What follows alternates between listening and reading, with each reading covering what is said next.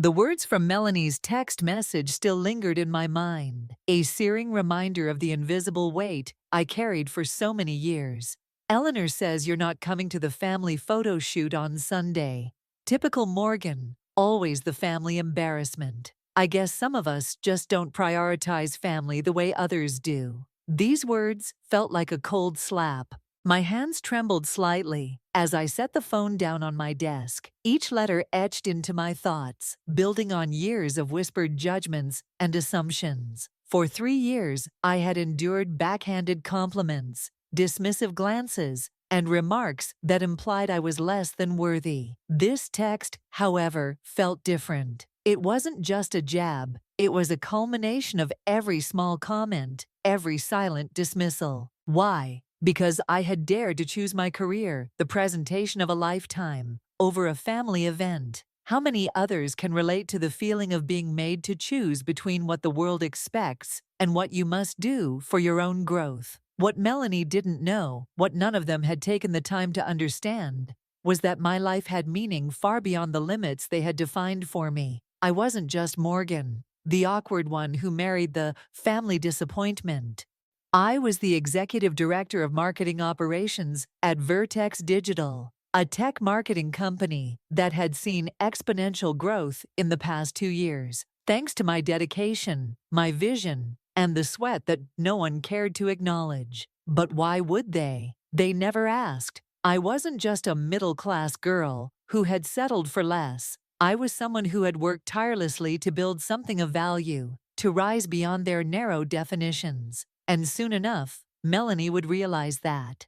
In less than 24 hours, she would be sitting across from me in a job interview, unaware that the very person she had scorned was the one who would decide her fate. It wasn't always this way, though. I met Devin in the final year of business school, where we connected over shared moments of vulnerability, late-night study sessions, early morning coffee runs. He was brilliant, kind, with eyes that crinkled when he laughed. And I was drawn to him not just for his intellect, but for the gentleness of his spirit. He never saw my background as a limitation, as they did. He saw me for who I was becoming, not for where I came from. When I first met his family, I was nervous but excited. The Caldwell family was impressive on paper. Richard, the patriarch, ran a successful law firm. Eleanor, his wife, was a former state attorney, now managing operations. Ethan, their eldest, followed directly in his father's footsteps, marrying Melanie, a poised socialite with connections that reached high into the political world. Then there was Devin, the one who dared to step outside the family mold and pursue engineering instead of law. The first dinner at their lakefront home remains etched in my memory. Eleanor's eyes swept over my simple dress and modest jewelry, an unspoken judgment I could feel in my bones. Melanie's lips pursed ever so slightly when I spoke of my marketing degree. As I shared my excitement about my future at Vertex Digital, the conversation shifted around me, leaving me in the background. And yet, I wasn't just sitting there in silence. I was silently absorbing the lesson. Richard swirled his expensive scotch. "What are your plans after graduation? Teaching, perhaps?" he asked, his tone indifferent. "Actually, I've accepted a position at Vertex Digital," I replied, excitement creeping into my voice. "It's a growing tech marketing firm, and I'll be managing some of their emerging client accounts." There was a brief, awkward silence before Ethan chuckled. "Well, I suppose someone has to make the Facebook post."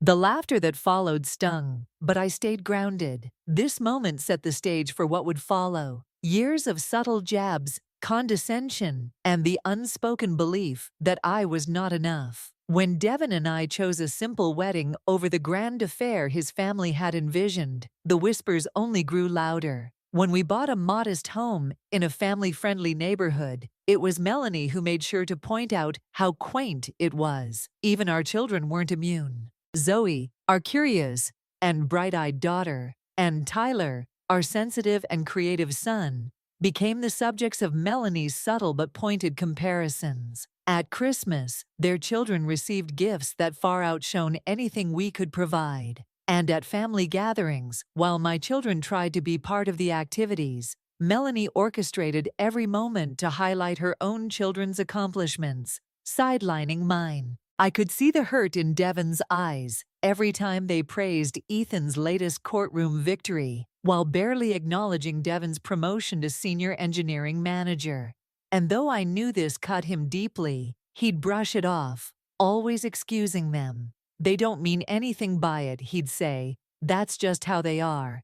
But I knew better. I saw beyond the surface. I saw the effects of their subtle hierarchy, the quiet dismissal, the silent belittling. And through it all, my career was flourishing in ways none of them could have imagined. Sometimes, you must choose to rise above what others see in you. You must choose to define your own value, even when the world around you refuses to see it. The lesson: your worth is not determined by their opinions. Your growth, that's yours to shape. I began my career as an account manager, eager to prove myself. But it didn't take long for my ability to connect with clients and my creative, innovative campaigns to get noticed. Promotions came swiftly, and by our second year of marriage, I found myself leading the marketing operations department. By the time Tyler was born, I had joined the executive leadership team. It was a moment of quiet pride to realize that my salary now far outpaced Devon's, and I could almost imagine it rivaling Ethan's as well. Yet, the irony wasn't lost on me. The career they had once dismissed with such casual disregard was now the one that supported the life we had built, a life that allowed us to fund college savings for our children and take those annual family vacations that never quite seemed to align with the Caldwell family's schedule.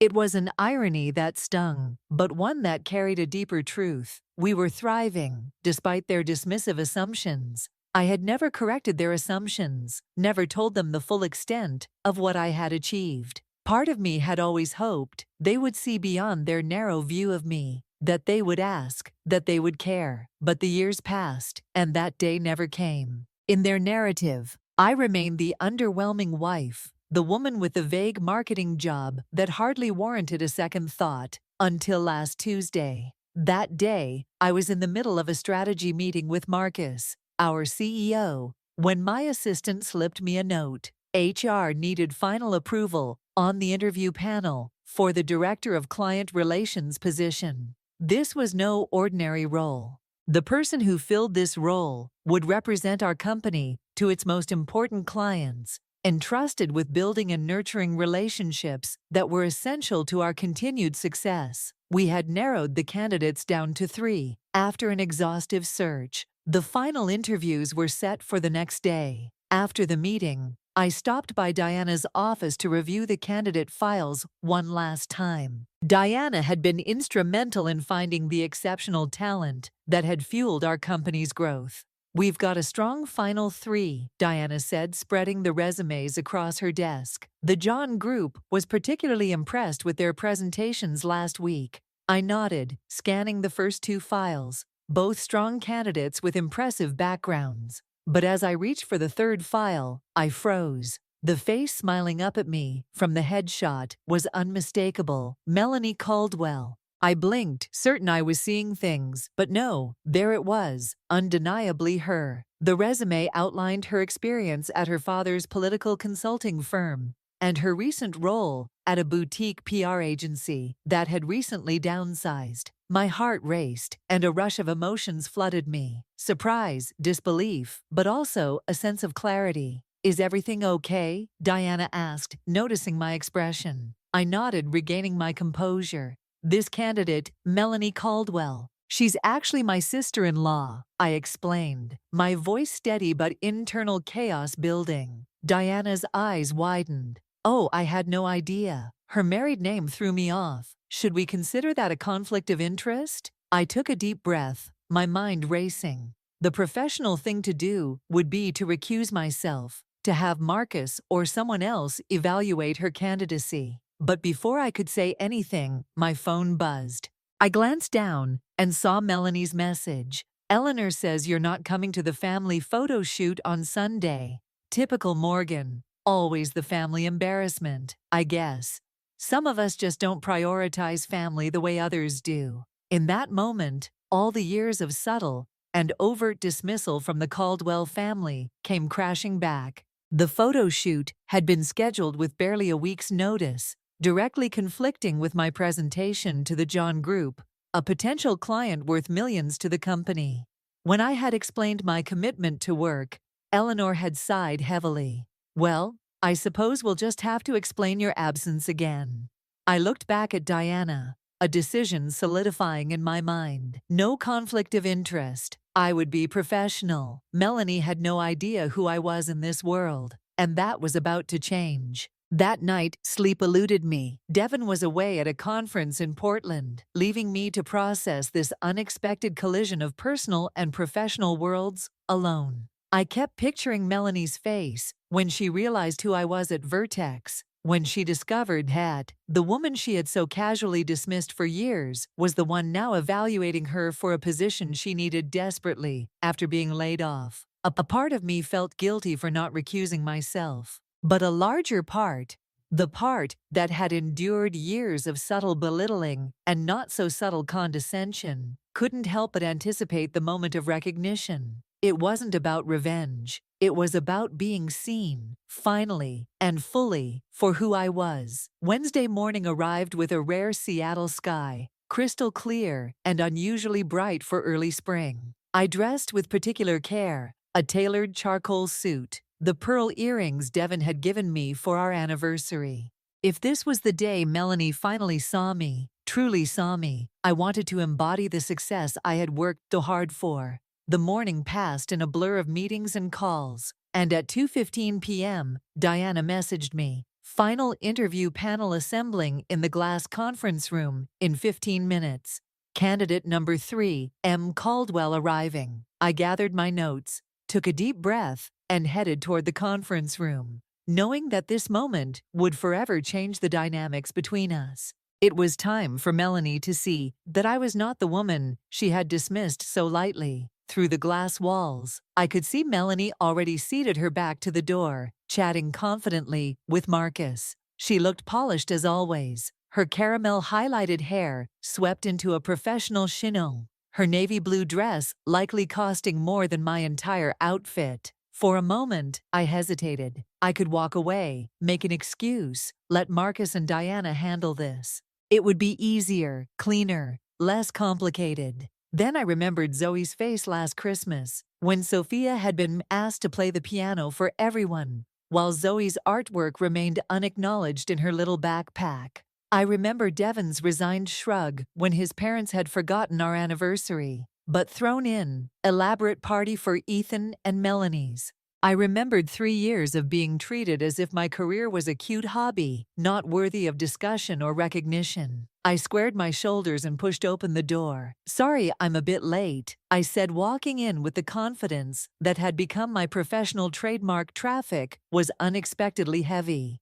Melanie turned, her practiced interview smile freezing on her face. As recognition dawned, her eyes widened almost imperceptibly, the only crack in her poised demeanor. "Morgan," she said, recovering quickly. "What a surprise." Marcus looked between us, confused. "You two know each other," I smiled, extending my hand to Melanie, as if we were meeting for the first time. "Melanie is married to my husband's brother. We're family." The emphasis I placed on the word family wasn't lost on Melanie, whose hand trembled slightly as she shook mine. "Well," Diana said brightly, perhaps sensing the tension, "isn't that a wonderful coincidence? Shall we begin?" What followed was the most surreal hour of my professional life. Melanie performed admirably, answering questions with polished expertise, outlining her experience with clients and her vision for the role. If she was rattled by my presence, she hid it well, almost. I noticed the slight flush on her neck when I asked particularly challenging questions, the way her gaze would skitter away.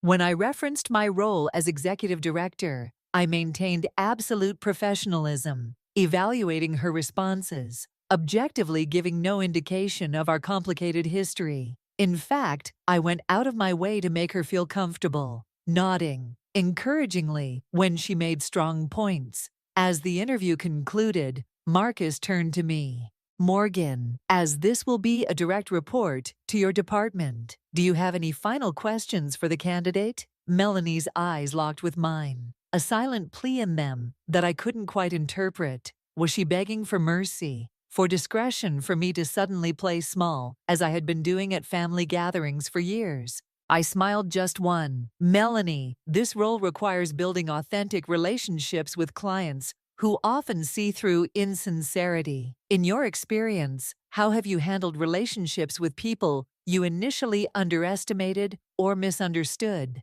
The question hung in the air between us. It wasn't unprofessional. It was actually highly relevant to the position. But Melanie and I both knew it was about more than just client relations. To her credit, Melanie didn't falter. I believe first impressions can be misleading, she said carefully. I've learned that people often have depths and capabilities that aren't immediately apparent. The key is to approach every relationship with openness and a willingness to revise your. Our eyes met, and for perhaps the first time, there was something like genuine recognition in her gaze.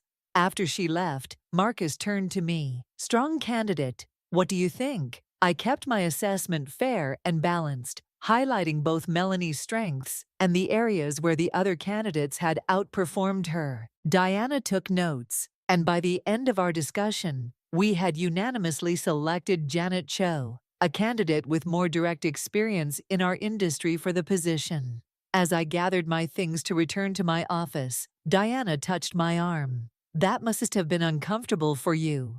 You handled it with incredible grace. I shrugged. It's just business. But as I walked back to my office, my phone buzzed with a text from Melanie. Can we talk? Eat coffee after work? There's a Starbucks in your building lobby. I stared at the message, unsure how to respond. Part of me wanted to ignore it to maintain the professional boundary that had just been established, but another part, perhaps the part that had always hoped for genuine connection with Devon's family, made me type 5:30. The rest of the afternoon crawled by.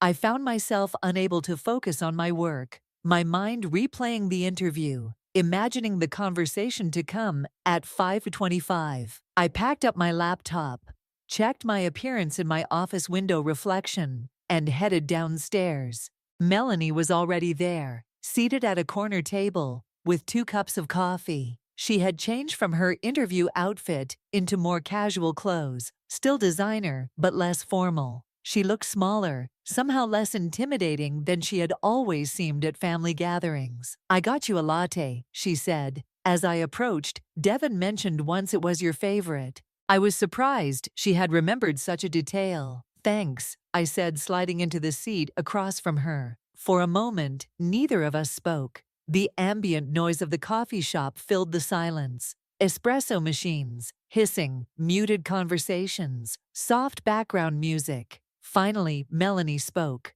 I didn't get the job, did I?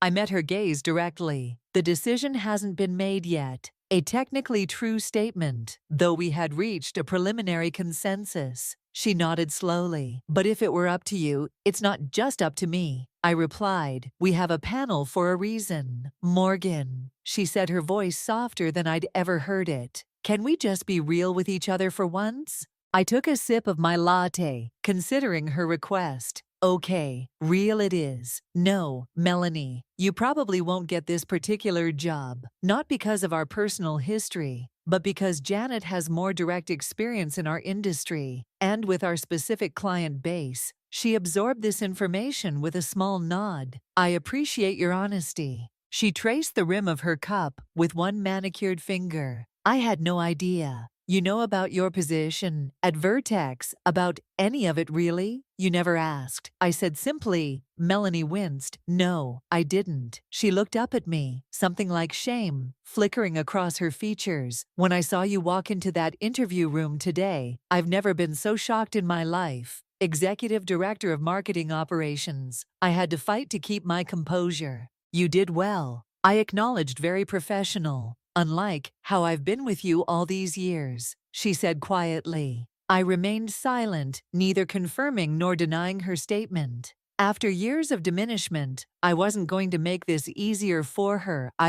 She started, then stopped, seeming to search for the right words. I've been insecure, jealous, Even this surprised me. Of what? Of how easily you and Devon chose your own path, she admitted. Ethan and we've been playing roles our entire marriage. The perfect Caldwell couple, following Richard and Eleanor's blueprint. Exactly the right house, in the right neighborhood, the right schools, the right social connections. She shook her head. Do you know how exhausting that is? I thought about our craftsman home filled with mismatched furniture we loved, about Devon's workshop in the garage, where he built birdhouses with the kids on weekends, about our family movie nights in pajamas with homemade popcorn. No, I said. Honestly, I don't. When you and Devon decided to just do your own thing, I resented it. Melanie continued. You seemed so unconcerned with the family expectations, so free, and her voice caught slightly. I've been suffocating. I studied her face, seeing for the first time the strain beneath the perfect makeup, the tiredness in her eyes. Is that why you applied at Vertex, looking for something of your own? She nodded. The consulting firm downsized, and suddenly I had a chance to do something different, something that wasn't connected to my father or the Caldwells. A humorless laugh escaped her. Ironic that I ended up applying to your company. Life has a strange sense of humor. I agreed. Melanie looked directly at me, then her composure cracking further. I'm sorry, Morgan, for the way I've treated you, for the family embarrassment text, for all of it. It was never about you. It was about me and my own issues. I'd waited 3 years for something like this, acknowledgement, but now that it was happening, I felt no triumph. Only a complicated mix of emotions, relief, sadness, and a surprising amount of empathy. I appreciate that, I said carefully. But Melanie, it wasn't just me. It's been Devon too. And our children. She flinched. I know. I've been thinking about that all afternoon. Seeing you in that conference room. So confident, so respected. It made me reevaluate everything. She hesitated. Zoe's artwork is amazing, isn't it? She showed me her sketchbook last time you visited, but I didn't really look at it. I should have that small acknowledgement of my daughter's talent. Something the Caldwells had consistently overlooked touched me unexpectedly. Yes, she's very creative. I've been so focused on maintaining this perfect image that I've missed what's real, Melanie said, a tear slipping down her cheek. She brushed it away quickly. Including the chance to actually know my niece and nephew, to know you. I took another sip of my latte, processing her words. Where does this leave us? Then Melanie straightened her shoulders slightly. That depends on you. I know one conversation doesn't erase years of behavior, but I'd like a chance to do better, to be better. She smiled weakly. Assuming we can move past the awkwardness of me accidentally interviewing with my sister-in-law, who I've been terrible to, despite everything, I found myself smiling back. It will make an interesting story someday. For what it's worth, Melanie said you were incredibly professional in there. I would have been a nervous wreck if our positions were reversed. Years of practice hiding my reactions at family gatherings. I replied, only half joking. She winced again. I deserve that. She hesitated. Then added the family photo shoot this Sunday. I understand completely why you can't make it. Your work is important. Yes, I said simply, it is. Melanie nodded. I'll make sure Eleanor understands that too. She gathered her purse, preparing to leave, then paused. This is presumptuous of me, but do you think there might be other positions opening up at Vertex? Not reporting to you, obviously, but I considered this despite everything. Melanie was qualified and capable. Her interview performance had proven that we are expanding our public relations department next quarter. It would be a lateral move from your previous position, but with more growth potential. Hope flickered in her eyes. Would it be completely inappropriate for me to apply, given our connection? Not if we're transparent about it. I said I could recuse myself from the hiring process. Thank you, she said quietly, not just for that. For being willing to even have this conversation with me, after everything, as we stood to leave. Melanie hesitated, then asked the family dinner next month for Richard and Eleanor's anniversary. Will you and Devon be there? I had already declined, citing work commitments that didn't actually exist. After years of uncomfortable family gatherings, I had started creating convenient excuses we hadn't planned on it. Melanie, bitter lip, would you reconsider? I think it's time for some things to change in this family, and I could use an ally. I studied her face, looking for any trace of the old manipulative Melanie. Instead, I saw only vulnerability and a genuine plea. I'll talk to Devin about it, I said finally. As we parted ways in front of the building, Melanie surprised me with a quick, awkward hug. Thank you, Morgan, for being far kinder today than I deserved. I watched her walk toward the parking garage, her shoulders not quite as perfectly squared as usual. For the first time since I'd met her, Melanie seemed human to me, flawed, insecure, struggling beneath her polished exterior.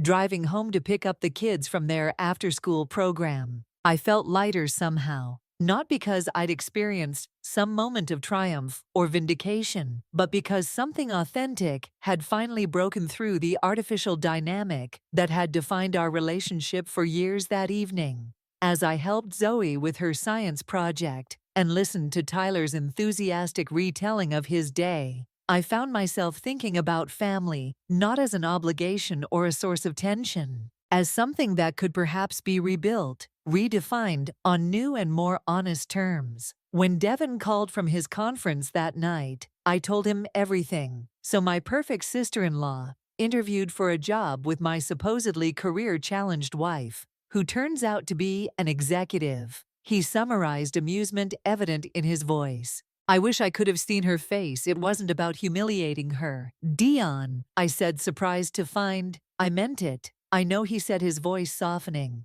That's why I love you. So what happens now? I thought about Melanie's apology, her invitation to the anniversary dinner, her admission of her own struggles. I'm not sure, but I think something might be changing. Good, Devin said firmly.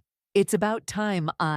After we hung up, I sat on our porch swing, watching the last light fade from the Seattle sky. Tomorrow would bring new challenges. The John Group presentation decisions about the client relations position, all the usual demands of my role at Vertex, but for the first time in years, the thought of the next Caldwell family gathering didn't fill me with dread. Instead, I felt something that might have been hope that the walls of pretense and judgment might finally be coming down, making space for something more genuine to grow in their place. The text from Melanie had called me the family embarrassment, but sitting there in the quiet of the evening, I realized I'd never again allow myself to be defined by someone else's perception. Not in my career, and not in my family relationships. Tomorrow I would walk into my presentation with the same confidence I'd shown in that interview room. And next month, perhaps Devin and I would attend that anniversary dinner, not as the family disappointments, but simply as ourselves, authentic, accomplished, and finally ready to be truly seen. The next morning I woke to the sound of rain patterning against our bedroom window. Devin was still away at his conference, and the house had that peculiar emptiness that comes when one person is missing from a family unit. I checked my phone and found 3 missed calls from Eleanor, unusual since my mother-in-law typically preferred to communicate through Devin, or more recently, through Melanie. I sighed, setting the phone aside to help the kids get ready for school. After dropping them off, I sat in my car in the school parking lot for a few extra minutes, gathering my thoughts before heading to the office. The John Group presentation was today, the very reason I declined the family photo shoot, and I needed to focus. But my conversation with Melanie kept replaying in my mind, along with Eleanor's unusual persistence in trying to reach me. Finally, I called her back. Morgan. Finally, Eleanor answered on the first ring, her voice tight with what sounded like restraint. I've been trying to reach you, I noticed. Is everything all right? A slight pause. Melanie came to see us last night. She was upset. My stomach tightened. Had Melanie told them about our encounter, about her job interview? I kept my voice neutral. Oh, she said the most extraordinary things. Eleanor continued her tone, suggesting she found the situation both confusing and slightly offensive, about how we've been treating you and the children, about your work. Is it true that you are some sort of executive?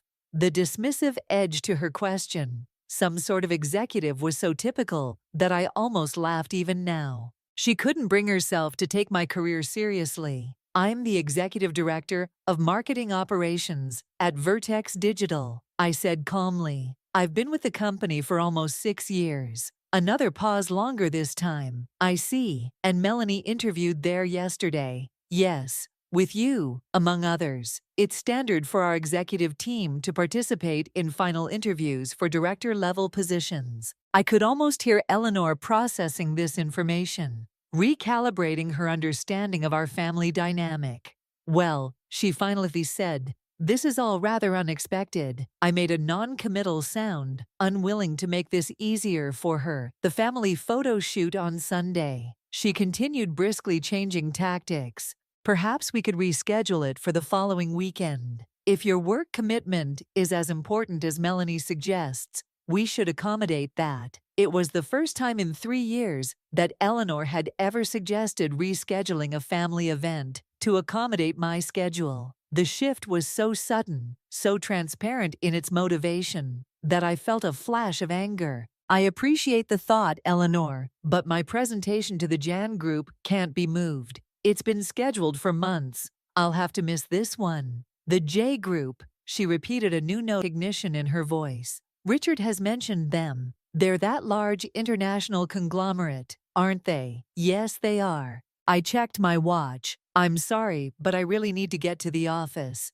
We can talk more later. Of course, Eleanor said hurriedly. Good luck with your presentation, dear. I'm sure you'll do wonderfully. I hung up, staring at my phone in disbelief. Had Eleanor Caldwell just wished me luck on a work project? It seemed Melanie's revelation had shaken the family's perception more than I'd anticipated at the office. I tried to push the Caldwell family drama from my mind. The John Group presentation was too important to be distracted. I spent the morning reviewing slides with my team, confirming data points, and ensuring our proposal was airtight. By the time the Jang representatives arrived at noon, I was fully immersed in my professional persona, confident, articulate, and completely in command. The presentation went flawlessly. The Jang executives asked challenging questions that my team handled with expertise, and by the end of the 3-hour meeting, we had secured a tentative agreement for what would be the largest contract in Vertex's history. As the young team departed, Marcus clapped me on the shoulder, his face split with a wide grin. Spectacular work, Morgan, absolutely spectacular. We'll finalize everything in the coming weeks, but I'd say we've got them. The victory was sweet, but as I returned to my office, I found myself thinking not of the professional triumph, but of the fact that my children's grandparents had never seen this side of me,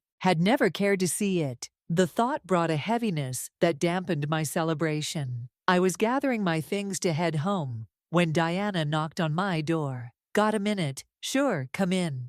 She closed the door behind her, which was unusual. I wanted to talk to you about the client relations position.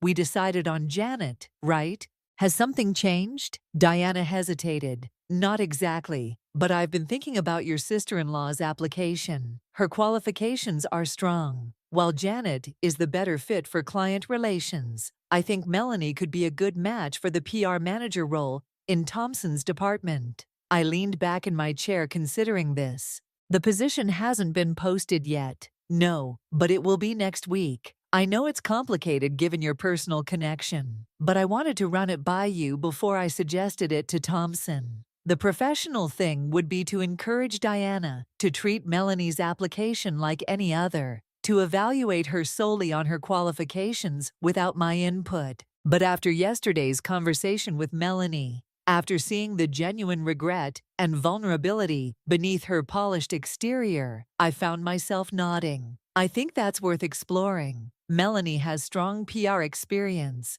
and the position wouldn't report to my department. As long as Thompson makes the final decision without influence, I don't see a conflict. Diana smiled. I thought you might say that, pretty big of you considering what you mentioned about your family dynamics. I shrugged. Professional and personal are separate things. Are they? Diana asked shrewdly. In my experience, they're more interconnected than we like to admit. She wasn't wrong.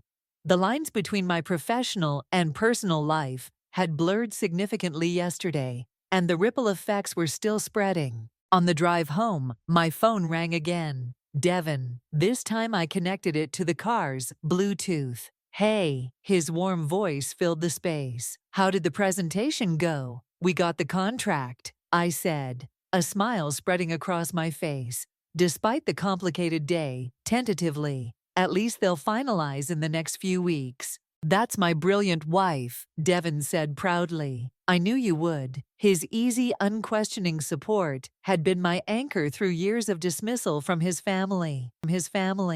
While they had diminished my career, Devin had celebrated every promotion, every success, with genuine pride. Thanks. How's the conference? Fine, but that's not why I called. Mom left me 3 voicemails today, all about you. I groaned. Let me guess, she's shocked to discover I'm not just playing with spreadsheets all day, pretty much.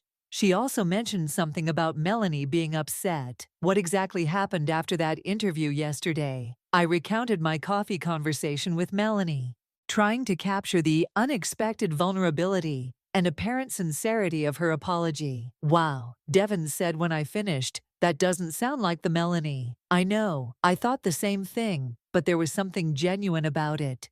Dev, I think seeing me in that conference room, seeing the respect from Marcus and Diana, it shook her perception of me. Good, Devin said firmly. It's about time someone in my family saw you. Clearly, his loyalty warmed me. Speaking of family, your mother suggested rescheduling the photo shoot for next weekend, and I told her no. The timing isn't the issue, Dev. It's the years of treating the kids and me like afterthoughts. One revelation about my job title doesn't erase that. Devin was quiet for a moment. You're right, it doesn't. Another pause. I'm sorry I haven't done more to stop it. You've been caught in the middle. I acknowledged it's not easy standing up to your parents. Maybe it's time. I did, though the determination in his voice was new. I'm tired of watching them dismiss the most important people in my life. We talked for a while longer about the John contract and the kids' day ending with our usual "I love you" before hanging up. As I pulled into our driveway, I noticed an unfamiliar car parked at the curb, a sleek black Audi that I recognized with a sinking feeling as Richard's. Sure enough, as I approached the front door, it swung open to reveal my father-in-law dressed in his usual impeccable suit. Despite the casual setting, Morgan, he greeted me with an artificial warmth that immediately put me on edge. I hope you don't mind this surprise visit. I was in the neighborhood for a meeting and thought I'd stop by to see the grandchildren in 3 years. Richard had never just stopped by to see Zoe and Tyler. Every interaction had been carefully scheduled, usually at their lakefront home or at larger family gatherings. The kids are at their after-school programs, I said, stepping past him into my own home. They won't be home for another hour. Ah, well, that gives us a chance to chat, doesn't it? Richard followed me inside, his eyes scanning our living room, as if seeing it for the first time. Lovely home. You have very comfortable. The pause before comfortable conveyed volumes. Our craftsman house, while spacious and well-maintained, wasn't in the same league as the Caldwell estate or Ethan and Melanie's mini mansion. Thank you. We like it. I set my briefcase down, not bothering to offer refreshments. What did you want to talk about, Richard? He settled himself on our couch, crossing one leg over the other. Eleanor mentioned you had a big presentation today. How did it go? The awkward attempt at showing interest in my career was so transparent that I almost laughed. It went well. Good, good. He nodded as if he'd expected nothing less. The Gian Group. Was it quite a prestigious client? I waited, knowing there must be more to this visit than sudden interest in my work. Richard cleared his throat. Melanie came to see us last night. She was quite upset, so I heard she seems to believe that is, Eleanor and I have been less than supportive of you and Devin. And the children, of course. I raised an eyebrow. And what do you think? Richard shifted, uncomfortably unused to direct confrontation. Well, I think perhaps there have been some misunderstandings, cultural differences, if you will. Cultural differences, I repeated flatly. The Caldwell family has certain traditions, certain expectations, Richard explained, as if talking to a child. We've always placed a high value on academic achievement, professional success. He gestured vaguely proper social connections. And you didn't think my career qualified as professional success. Richard had the grace to look slightly ashed. We may have underestimated the significance of your position. You never asked about it, Richard. Not once in 3 years, he frowned. Well, Devon mentioned you worked in marketing. We assumed. You assumed it was trivial, just like you assumed Zoe's art wasn't worth acknowledging, or that Tyler's sensitivity was something to be corrected rather than appreciated. Richard's face reddened slightly. Now that's not fair, Morgan. We love our grandchildren. Love isn't just a feeling, Richard. It's actions. It's showing up for dance recitals and admiring crayon drawings. It's treating them with the same enthusiasm and interest you show Liam and Sophia. My father-in-law looked genuinely startled by my directness. The Morgan he knew or thought he knew had always been accommodating, eager to please, willing to overlook slights for the sake of family harmony. He faltered, then regrouped. Perhaps we've been remiss in some ways. Old habits, you understand, but we'd like to make amends. I studied him, searching for sincerity beneath the practiced lawyer's demeanor. Why now, Richard? Because you found out I have a title you respect, because I might be useful to your social network. Now he flinched. That's rather harsh, is it? Last Thanksgiving, you spent 20 minutes discussing Ethan's latest case with him. You didn't ask Devon a single question about his work, not one. Richard opened his mouth, then closed it again, seemingly at a loss for words. Finally, he sighed. I suppose I deserve that.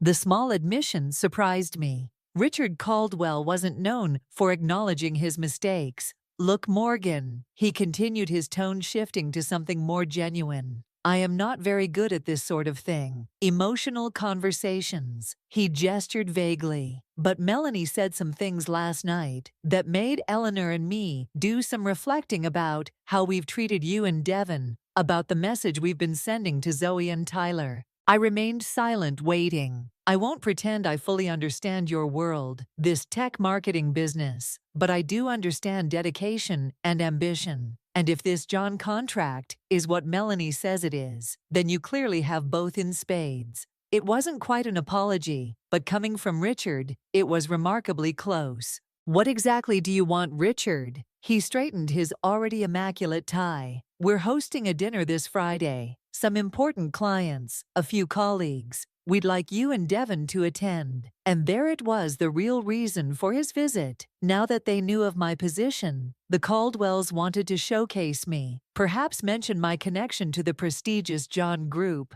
as what I asked Cooley window dressing for your clients. Richard had the decency to look uncomfortable. As family, Morgan, as our son and daughter-in-law, I considered declining outright, but something made me pause. This wasn't just about me or Richard or even Devon. It was about creating a different dynamic for Zoe and Tyler, one where they weren't relegated to second-tier status in their own family. I'll discuss it with Devon when he returns, I said finally. Richard, if we do come, things need to be different, not just for one dinner, but going forward. He nodded slowly. I understand. As he rose to leave, Richard paused, looking around our living room again. His gaze landed on a framed drawing of Zoe's, an imaginative underwater scene with mermaids and sea creatures that she'd created last year. Did Zoe draw this? He asked, genuinely curious. Yes, last summer he stepped closer, examining it with newfound interest. She's quite talented, isn't she? Those colors very sophisticated. For her age, it was such a small thing. A grandfather noticing his granddaughter's artwork. But the simple acknowledgement brought an unexpected lump to my throat. She takes after Devon. I said he loved to draw as a child. Richard's expression softened. Yes, he did. I have a drawing of his framed in my office. Actually, a rocket ship he designed when he was about 9. He smiled slightly. I always thought he'd be an astronaut. This glimpse of the father who had once treasured Devon's creativity before expectations of law school and the family firm had taken over was both heartening and sad. What might their relationship have been if Richard had continued to nurture Devon's natural inclinations rather than trying to force him into a predetermined mold? After Richard left, I sat alone in the quiet house, trying to process the rapid shifts in the Caldwell family dynamic in the space of 24 hours. My sister-in-law had apologized, my mother-in-law had acknowledged my career, and my father-in-law had shown interest in Zoe's artwork. It was as if a long-frozen lake had suddenly begun to thaw, unevenly, unpredictably, but undeniably. When I picked up the children from their programs, I found myself studying them with new eyes, wondering how they perceived the subtle hierarchies within the extended family, whether they had internalized the message that their cousins somehow mattered more. "Mom, look what I made!" Tyler bounded toward me,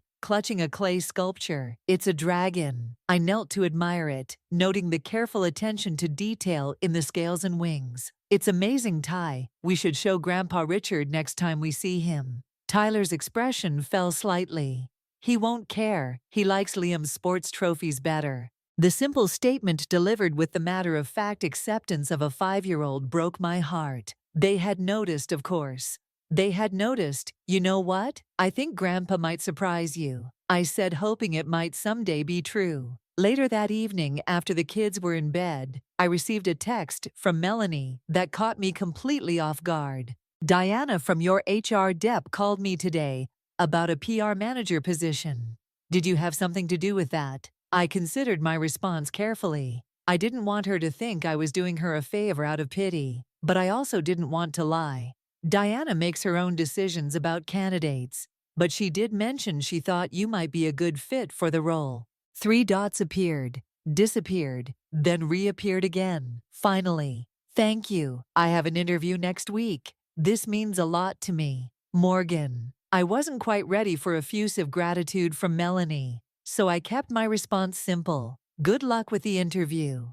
A moment later, another text arrived. I meant what I said yesterday about doing better, being better, starting with how I talk about you to the family. "I'm sorry it took something like this for me to see clearly." I stared at the screen, trying to reconcile this vulnerable, reflective Melanie with the poised, judgmental woman who had dismissed me for years. People didn't change overnight. I knew that. And yet the shock of our encounter in that conference room seemed to have catalyzed something genuine in her. One day at a time, I texted back. It wasn't forgiveness exactly, but it was an opening, a willingness to see where this newfound awareness might lead. Devon called again before bed, and I filled him in on Richard's surprise visit and the dinner invitation Friday. Devon sounded skeptical. "That's just 2 days after I get back. Seems awfully convenient timing. He wants to show us off now that he knows I'm not just playing with Facebook posts." I agreed, but I'm thinking maybe we should go really after everything. I sighed, trying to articulate the complicated feelings I'd been processing all day. "It's not about forgiving and forgetting Dev. It's about establishing a new normal. If they're finally willing to see me, to see us clearly, don't we owe it to the kids to try?" Devon was quiet for a moment. "Did something specific happen with the kids?" I told him about Tyler's comment regarding his clay dragon, the casual acceptance that his grandfather wouldn't be interested in his art the way he was in Liam's sports achievements. "Damn it." Devon's voice was tight with emotion. "I didn't realize they were picking up on it. So clearly kids always do. They're more perceptive than we give them credit for." Another silence, then Devon sighed. "Okay, we'll go to the dinner, but Morgan, I'm done with the passive approach. If my parents or Ethan say anything dismissive about you or the kids, I'm calling it out right there." "That sounds fair." I agreed, relieved that we were aligned. "Oh, and one more thing. Melanie has an interview for a PR manager position at Vertex next week." Devon laughed in disbelief. "Seriously, is the universe playing some cosmic joke on us?"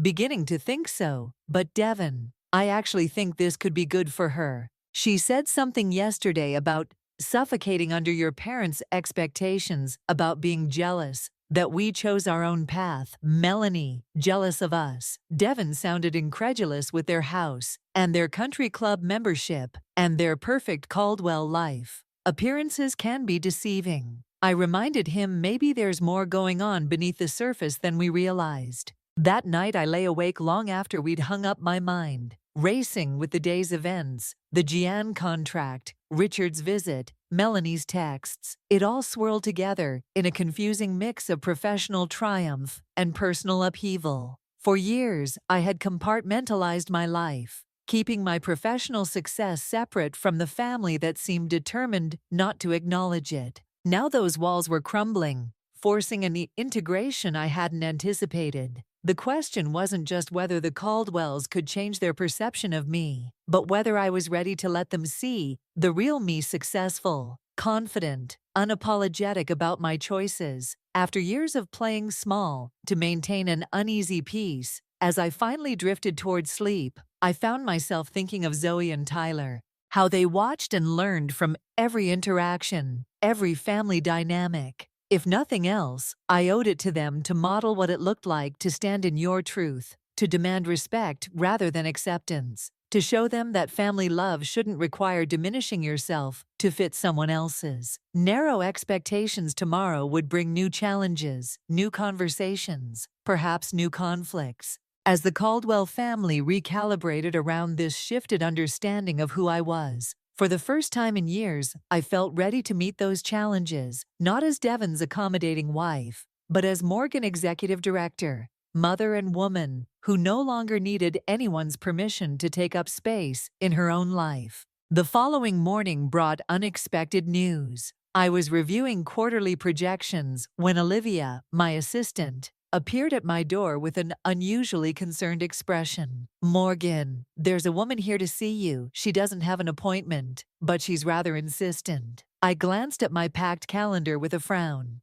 "Who is it?" she says. "She's your sister-in-law, Melanie Caldwell." I set down my pen, surprised after our coffee shop conversation and text exchange. I hadn't expected to see Melanie again until perhaps the family dinner on Friday. "Send her in, please." Melanie appeared a moment later looking uncharacteristically disheveled. Her usually perfect hair was pulled back in a hasty ponytail, and she wore minimal makeup, a stark departure from her customary polished appearance. "Morgan, I'm sorry to barge in like this," she said, her voice tight with what sounded like barely contained emotion. "I wouldn't have come if it wasn't important." I gestured to the chair across from my desk. "What's going on?" Melanie sat, her movements stiff. "It's Ethan. He found out about my interview here, about our conversation, and he's furious. Says I betrayed the family by airing our dirty laundry to you." Her laugh was hollow, as if you weren't part of the family yourself. I leaned back, processing this. "How did he find out?" "Richard told him about his visit to your house." Ethan put two and two together, confronted me about it. "Last night she twisted her wedding ring. Anxiously it got ugly. Morgan, really ugly." The distress in her voice seemed genuine. "I'm sorry to hear that, but Melanie, what exactly do you want from me?" She met my eyes directly. "Advice? Maybe support." I've never seen Ethan like this. He threatened to tell your HR department that I'm emotionally unstable, unsuitable for the position. He can't do that, I said immediately. HR decisions aren't made based on unsubstantiated claims from family members. I know. But Melanie hesitated. "There's more. He's talking about calling Marcus directly, trying to leverage Richard's connections to interfere." A flash of anger surged through me. "That's completely inappropriate." "I know. That's why I'm here." Melanie's voice cracked slightly. "Morgan, I realize we're not close, that I've been difficult over the years, but I really want this chance needed." Actually, I studied her, seeing again the strain beneath the surface. "Why is this job so important to you, Melanie, beyond the obvious financial reasons?" She was quiet for a long moment, then spoke softly. "Because it would be mine. Not something I got through Ethan or Richard or my father. Something I earned on my own merits." The simple admission resonated with me more than I'd expected. Despite our differences, I understood the deep human desire to be recognized for one's own abilities, separate from family connections or expectations. Look, I said finally, I can't guarantee you'll get the position. Thompson will make that decision based on qualifications alone. But I can promise that Ethan's threats won't influence the process. Vertex doesn't operate that way. Relief washed over Melanie's face. Thank you. Don't thank me yet. If you get this job, it will be because you earned it. And Melanie, I leaned forward. Working here won't be easy. You'll be judged solely on your performance. No special treatment, no family considerations. Far from being intimidated, Melanie straightened a spark of determination in her eyes. That's exactly what I want. Our conversation was interrupted by Olivia, appearing at the door again. Sorry, Morgan, but your 11 o'clock is here, the Mackenzie team. I nodded. I'll be right there. As Melanie rose to leave, she hesitated. One more thing. Ethan is talking about not coming to the dinner on Friday. If you and Devin attend, I raised an eyebrow, and I told him he was being childish. A small defiant smile played at her lips, another first in our marriage. The comment surprised a laugh out of me. Look at you standing up to the Caldwell men. Learning from your example, I suppose Melanie's expression turned serious again. Thank you, Morgan, for hearing me out, for not throwing me out of your office, which you would have had every right to do. As I watched her leave, I found myself once again recalibrating my understanding of Melanie Caldwell, the polished, perfect sister-in-law who had seemed so untouchable, so secure in her position within the family hierarchy, was apparently fighting her own battles against the same expectations that had marginalized Devin and me. The thought stayed with me through my meeting with the Mackenzie team, through lunch, through an afternoon of calls and strategy sessions. By the time I headed home, I had made a decision. Whatever happened at Friday's dinner, whatever new family drama unfolded, I would approach it not as Devin's wife or the children's mother, but as myself, Morgan Taylor, executive director and woman who no longer needed the Caldwell family's approval to know her own worth. Friday arrived faster than I'd anticipated. Devin had returned from his conference the previous evening, and we'd spent hours discussing the dramatic shifts in his family's behavior. He alternated between skepticism about their sudden interest in my career and cautious optimism that perhaps finally things might change for the better. I just don't want you getting your hopes up, I told him as we got dressed for the dinner. 3 years of patterns don't change overnight. Devin adjusted his tie, his expression thoughtful. I know, but Mom actually called and asked what Zoe's favorite dessert is. She's never done that before. I paused in the middle of applying my lipstick. What did you tell her? That Zoe loves strawberry cheesecake, and that Tyler is obsessed with those little chocolate lava cakes. A smile tugged at his lips. She wrote it down, Morgan. I could hear her making notes. I tried to temper the hope in his voice with realism. It's a start, but Devin, this dinner tonight, it's not just about family reconciliation. Your father wants to show me off to his colleagues, now that he knows I have connections to the Gene Group. Devin's smile faded. Yeah, I figured as much. Classic Richard Caldwell, always working an angle. He crossed the room to wrap his arms around my waist, meeting my eyes in the mirror. But we're not going for him. We're going for us, for the kids to set new boundaries and expectations. I leaned back against his solid warmth, drawing strength from his presence. Agreed, no more. Diminishing ourselves to keep the peace. Devin kissed my temple. I've never been prouder of you than when you told me about facing Melanie in that interview room, or without apology. It's who you've always been in your career. It's time my family sees that version of you too. We'd arranged for Jessica, my colleague and friend, to watch Zoe and Tyler for the evening. When we arrived at Eleanor and Richard's lakefront home, I was struck by how little it had changed over the years. Same imposing facade, the same meticulously landscaped grounds, the same air of unattainable perfection. Eleanor opened the door herself instead of having the housekeeper do it. Another departure from the usual protocol. Devon Morgan. She greeted us with unusual warmth. We're so glad you could make it. Devon gave his mother a quick hug, while I offered a polite smile. Eleanor led us through to the back terrace, where drinks were being served, chattering about the guest list with uncharacteristic nervousness. Richards invited the Wilsons, John's a senior partner at Drummond and Hayes, you know, and the Bakers from the Symphony Board. Oh, and Judge Harrington and his wife are here. I think you'll find the conversation quite stimulating, Morgan. The careful emphasis on the judge's title and the prestigious connections wasn't lost on me. Eleanor was trying to impress me, to show that the Caldwell social circle was worthy of my newly discovered executive status. The irony was almost painful. The terrace was filled with about 20 guests, most in their 50s and 60s, dressed in the understated luxury that characterized Richard's professional circle. Richard himself stood near the stone railing, deep in conversation with an horror. Older man, I recognized as Judge Harrington from newspaper photos. When he spotted us, he excused himself and came over, clapping Devon on the shoulder with unusual enthusiasm. There you are. Judge Harrington was just asking about you. Richard turned to me with a smile that seemed almost genuine. And Morgan, you look lovely tonight. I was telling John Wilson about your work with the John Group. He's very impressed. Devon and I exchanged a glance, his expression clearly saying, "Told you so." I kept my own smile, pleasant but reserved. The John contract is a team effort. Richard, I'm just one part of a larger strategy. Don't be modest, Richard countered, guiding us toward a cluster of guests. Morgan here is executive director at Vertex Digital. He announced proudly, as if he'd personally mentored my career. They've just secured a major international client. Very prestigious work.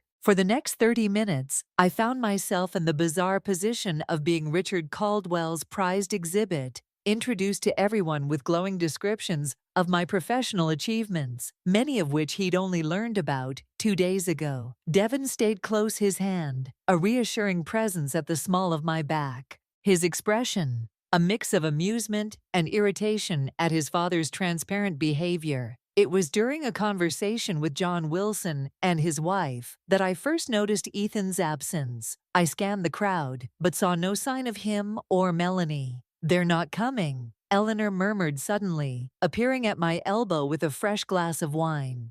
"Ethan called this afternoon to say they has other commitments." The careful neutrality in her voice suggested there was more to the story. I thought of Melanie's visit to my office, her mention of Ethan's fury at her betrayal. Other commitments, or is Ethan refusing to attend? "Because Devon and I are here," I asked quietly. Eleanor's perfectly composed face flickered with surprise at my directness. Well, there may have been some discussion about that, and you allowed it, after specifically inviting us." Eleanor sipped her wine, avoiding my gaze. "Ethan has always been sensitive about family matters." "You mean he's always gotten his way?" I corrected gently. To my surprise, Eleanor didn't deny it. Instead, she sighed, a small crack appearing in her usually impenetrable facade. "You have to understand, Morgan. After Devon chose engineering over law, Ethan became Richard's focus, his legacy at the firm. Perhaps we've been overly accommodating. As a result, it was the closest thing to an admission of favoritism I'd ever heard from Eleanor. Before I could respond, a staff member appeared to announce dinner was served, and Eleanor moved away to direct guests toward the dining room. Devon rejoined me, his expression concerned. "Everything okay? You look like you were having an intense conversation with Mom. Ethan and Melanie aren't coming," I explained as we followed the crowd indoors. Apparently, Ethan refused to attend because of us. Devon's jaw tightened, typical. He always was the golden child who could do no wrong. Even his tantrums were indulged. The dining room was elegant as always, it says. The long table set with Eleanor's finest china and crystal. Place cards guided guests to their seats, and I was surprised to find myself positioned near the head of the table, directly across from Judge Harrington, and adjacent to Richard himself. Devon was several seats away between John Wilson's wife and a woman I didn't recognize. It was a calculated move, separating us to maximize Richard's ability to showcase me to his important connections. Devon caught my eye across the table, raising an eyebrow in silent question. I gave him a small nod to indicate I was fine with the arrangement. This was, after all, exactly what we'd expected. The first course was being served when my phone vibrated in my clutch. I ignored it initially, not wanting to be rude, but when it buzzed again immediately, I discreetly checked the screen under the table. 2 texts from Melanie. "Are you at the dinner?" Followed by, "Please call when you can. It's important." I frowned, slipping the phone back into my purse. Whatever was happening with Melanie would have to wait. I returned my attention to the conversation around me, where Richard was skillfully guiding the discussion toward the expanding Asian markets, a clear setup to highlight my work with the John Group. "Morgan, you must have fascinating insights." On this, Richard prompted with practiced smoothness. "Your company's recent agreement with the John Group puts you at the forefront of these market shifts, and so it continued through the soup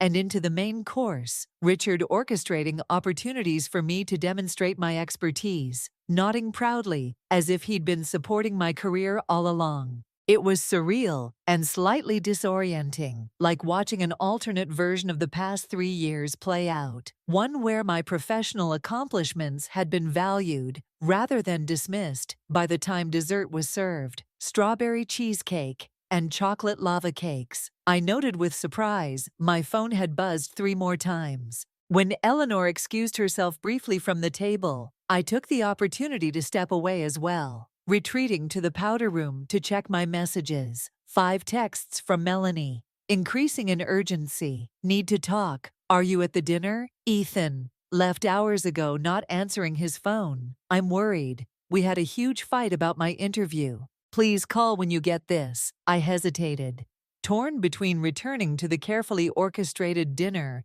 and responding to what seemed like genuine distress with a sigh. I called Melanie's number. She answered on the first ring. "Morgan, are you at my in-laws?" "Yes, at the dinner." "What's going on, Melanie?" Her voice was tight with tension. "Has Ethan shown up there?" "No. Eleanor said you both had other commitments." A sharp intake of breath. "We had a massive fight this afternoon about the job interview, about me talking to you." He stormed out hours ago, and his phone's going straight to voicemail. I've called everyone I can think of. Despite our complicated history, the fear in Melanie's voice seemed genuine. "Have you checked his office? The country club everywhere." "Morgan, he's never disappeared like this before, and he was so angry when he left." A soft knock at the powder room door interrupted us. Morgan. Eleanor's voice called. "Are you all right, dear? Dessert is being served." "I'll be right out," I called back, then lowered my voice. "Melanie, I need to get back to the dinner. Have you tried Richard's assistant? Maybe she knows where he might go when he's upset." "No, but that's a good idea." Melanie paused. "I'm sorry to bother you with this tonight. I didn't know who else to call." The admission that she'd turned to me of all people in a moment of crisis wasn't lost on me. "It's fine. Text me if you find him." "Okay, I will. Thanks, Morgan." I ended the call and rejoined the dinner party, sliding back into my seat with an apologetic smile. Richard was in the middle of describing Devon's recent engineering award to Judge Harrington. Another surprising departure from his usual pattern of focusing exclusively on Ethan's accomplishments. "The innovation in his hydraulic system design is quite remarkable," Richard was saying. "Always knew he had a brilliant mind." Even as a child, Devon looked as startled as I felt at this unexpected praise. His eyes met mine across the table, a question in them that I couldn't answer with Richard's associates watching. I gave a slight shrug and reached for my water glass. Before I could take a sip, the dining room doors burst open with a bang. Ethan Caldwell stood in the doorway, his usually impeccable appearance in disarray. Tie-loosened hair, disheveled face, flushed with what looked like a combination of anger and alcohol. "Well, isn't this cozy?" he slurred, swaying slightly as he surveyed the suddenly silent table. "The family dinner I wasn't invited to." Eleanor rose immediately, her face pale. "Ethan, what are you doing? You said you couldn't come tonight." "No, Mother. I said I wouldn't come if they were here." He jabbed a finger toward Devon and me, but then I thought, why should I miss out? Why should I be the one excluded for once? Richard stood now too, his expression thunderous. "Ethan, you're drunk. This is completely inappropriate. We have guests." "Oh yes, your precious guests." Ethan's laugh was bitter as he staggered into the room. "By all means, let's maintain appearances. That's what matters most, right, Dad?" Devon started to rise, but I caught his eye with a small shake of my head. This situation was volatile enough. Without adding more fuel to the fire, Ethan's attention swung to me, his eyes narrowing. The woman of the hour. Executive director. So important, so accomplished. Each word dripped with sarcasm. "Did you all know she's been manipulating my wife, turning Melanie against me, against this family?" The stunned silence around the table was excruciating. I kept my expression neutral, refusing to give Ethan the reaction he clearly wanted. "Ethan, that's enough," Richard said, his voice low and dangerous. "You're making a scene you want to talk about scenes." Ethan lurched forward, gripping the back of an empty chair for support. "How about the scene where you suddenly start parading Morgan around like she's the family success story? After years of treating her like she was nothing, after years of treating Devon like the family disappointment." Devon stood now, ignoring my earlier warning. "Ethan, you're drunk. Let's take this somewhere private." "Oh, now you want privacy. When it's finally your turn in the spotlight." Ethan's face contorted with years of unspoken resentment. "Always the peacemaker, aren't you, Devon? Never rocking the boat. Well, guess what? I'm tired of pretending everything's fine. Just to make you feel better." Eleanor had moved to Ethan's side, trying to guide him toward the door. "Please, darling, you're not yourself. Let's get you home to Melanie." At the mention of his wife, Ethan's expression darkened further. "Melanie, my perfect loyal wife, who's now applying for jobs behind my back." Career advice from Morgan. He spat my name like it tasted bitter. The family embarrassment is suddenly the family role model. And there it was, the phrase from Melanie's text that had started this entire cascade. The family embarrassment I felt. Devon's eyes on me saw the comprehension dawning on his face as he made the connection. "That's what you've been calling Morgan." Devon's voice was dangerously quiet. "The family embarrassment." Ethan smirked, despite Eleanor's attempts to hustle him out of the room. "Ask Melanie. She's the one who said it first. Morgan's always been the family embarrassment." Her exact words. I thought of the text I'd received just days ago. Melanie's casual cruelty, born of years of unchallenged superiority within the family hierarchy. The text that had been on my phone screen when I learned she'd applied to Vertex. Devon's face had hardened into something I rarely saw, pure cold anger. "And you wonder why we've kept our distance from this family, why we've created our own traditions, our own celebrations." Devon Richard interjected clearly, trying to salvage the situation in front of his colleagues. "Ethan's not himself tonight. He doesn't mean stop, Dad." Devon's voice cut through the room like steel. "Stop making excuses for him. Stop pretending. This isn't exactly the dynamic you and Mom have fostered for years." The silence that followed was deafening. Around the table, Richard's colleagues and their wives sat frozen, witnessing the implosion of the carefully cultivated Caldwell family image. Eleanor's face had lost all color, her eyes darting between her sons with undisguised panic. I stood slowly, gathering my purse. "I think it's time for us to go, Morgan, please," Eleanor began, but I cut her off with a gentle head shake. "This isn't the time or place for this conversation," I said quietly. "Your guests deserve better than to be caught in family drama." Richard looked torn between gratitude for my attempt to salvage some dignity from the situation and dismay that Devon and I were leaving before he could speak. Ethan laughed again, the hollow sound of someone whose carefully constructed world was crumbling. "Yes, run away like you always do. Hide in your little craftsman house with your perfect children and your important job. Pretend you're better than all of us." Devon moved toward his brother, Then not with anger, but with a kind of weary compassion. You need help, Ethan. Go home to Melanie. She's worried about you, Melanie. Ethan repeated, his voice suddenly small. She's probably packing her bags as we speak, leaving me just like everything else is. There was such naked fear in his voice that I felt an unexpected pang of sympathy. Beneath the anger and alcohol was a man terrified of losing the foundations of his identity, his position as the favorite son, his marriage to the perfect wife, his unquestioned superiority within the family structure. She's not leaving you, I said, softening my tone. She called me earlier looking for you. She's worried, Ethan. She just wants you home. Something in my words seemed to reach him. His shoulders slumped, the fight draining out of him as quickly as it had erupted. She called you looking for me? I nodded. Go home, Ethan. Talk to your wife. With that, Devin and I made our exit, leaving Richard and Eleanor to manage the aftermath. Neither of us spoke until we reached the car. The cool night air, a relief after the suffocating tension inside. Well, Devin said as he slid into the driver's seat.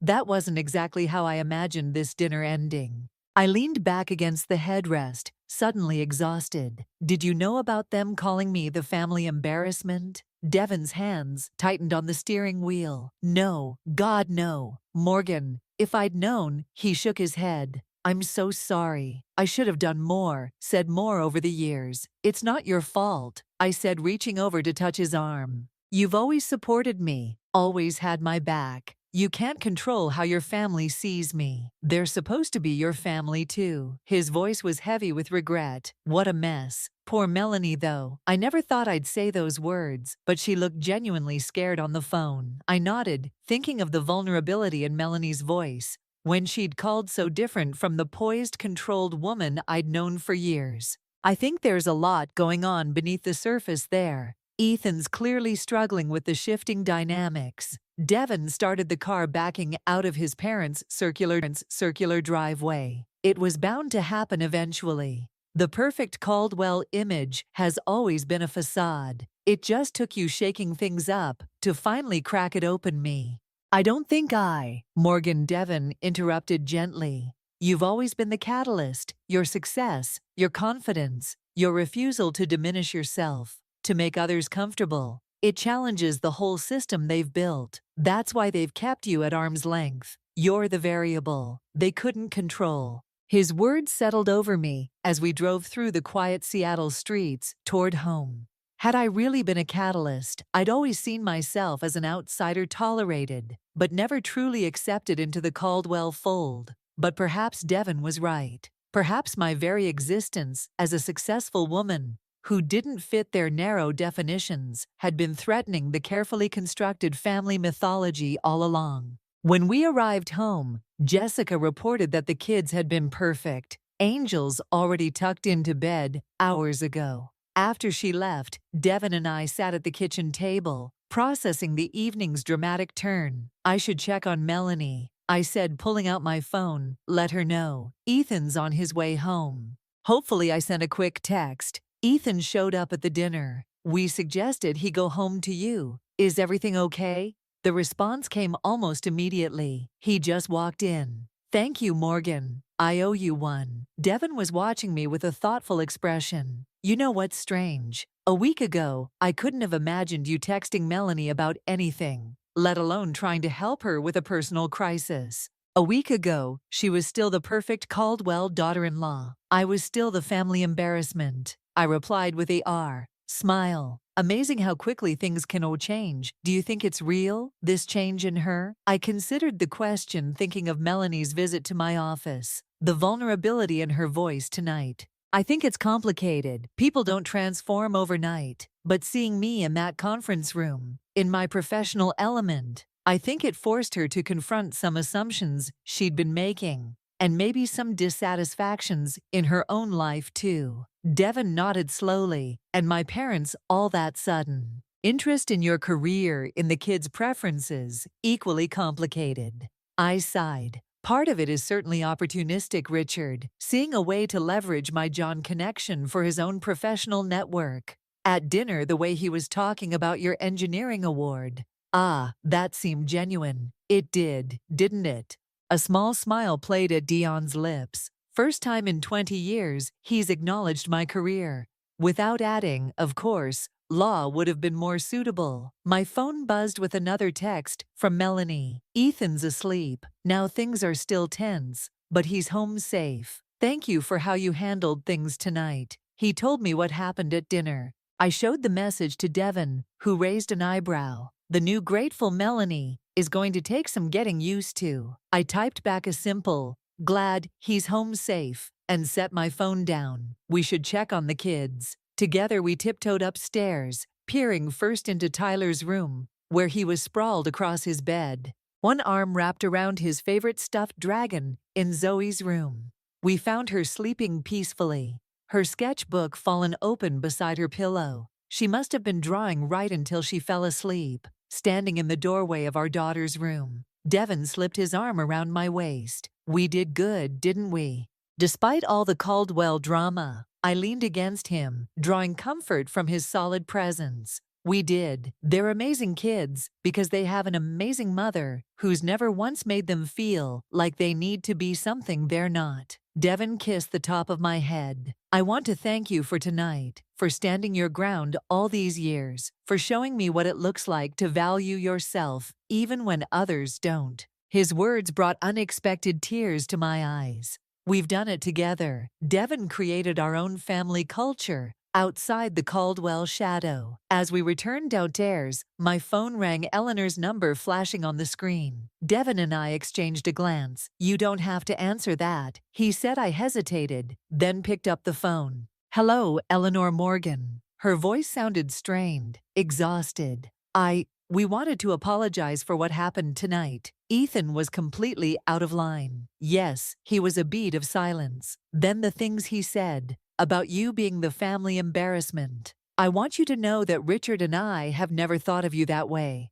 I closed my eyes, gathering patience. Eleanor, you may not have used those words, but your actions have often told the same story. The way you've treated my career, my children, sent a clear message about where I stand in the family hierarchy. Another silence, longer this time. I suppose we deserve that. She finally said, her voice smaller than I'd ever heard it. I won't make excuses, but I want you to know that we're truly sorry, not just for tonight, but for the past 3 years. Part of me wanted to accept the apology at face value, to believe that tonight's disaster had genuinely awakened Eleanor to the damage done by years of subtle exclusion and dismissal. Another part, the part that had protected me through years of professional challenges and personal slights, remained cautious. I appreciate that, Eleanor, but an apology is just the beginning. Real change takes time and consistent effort. I understand, she said quietly. Will you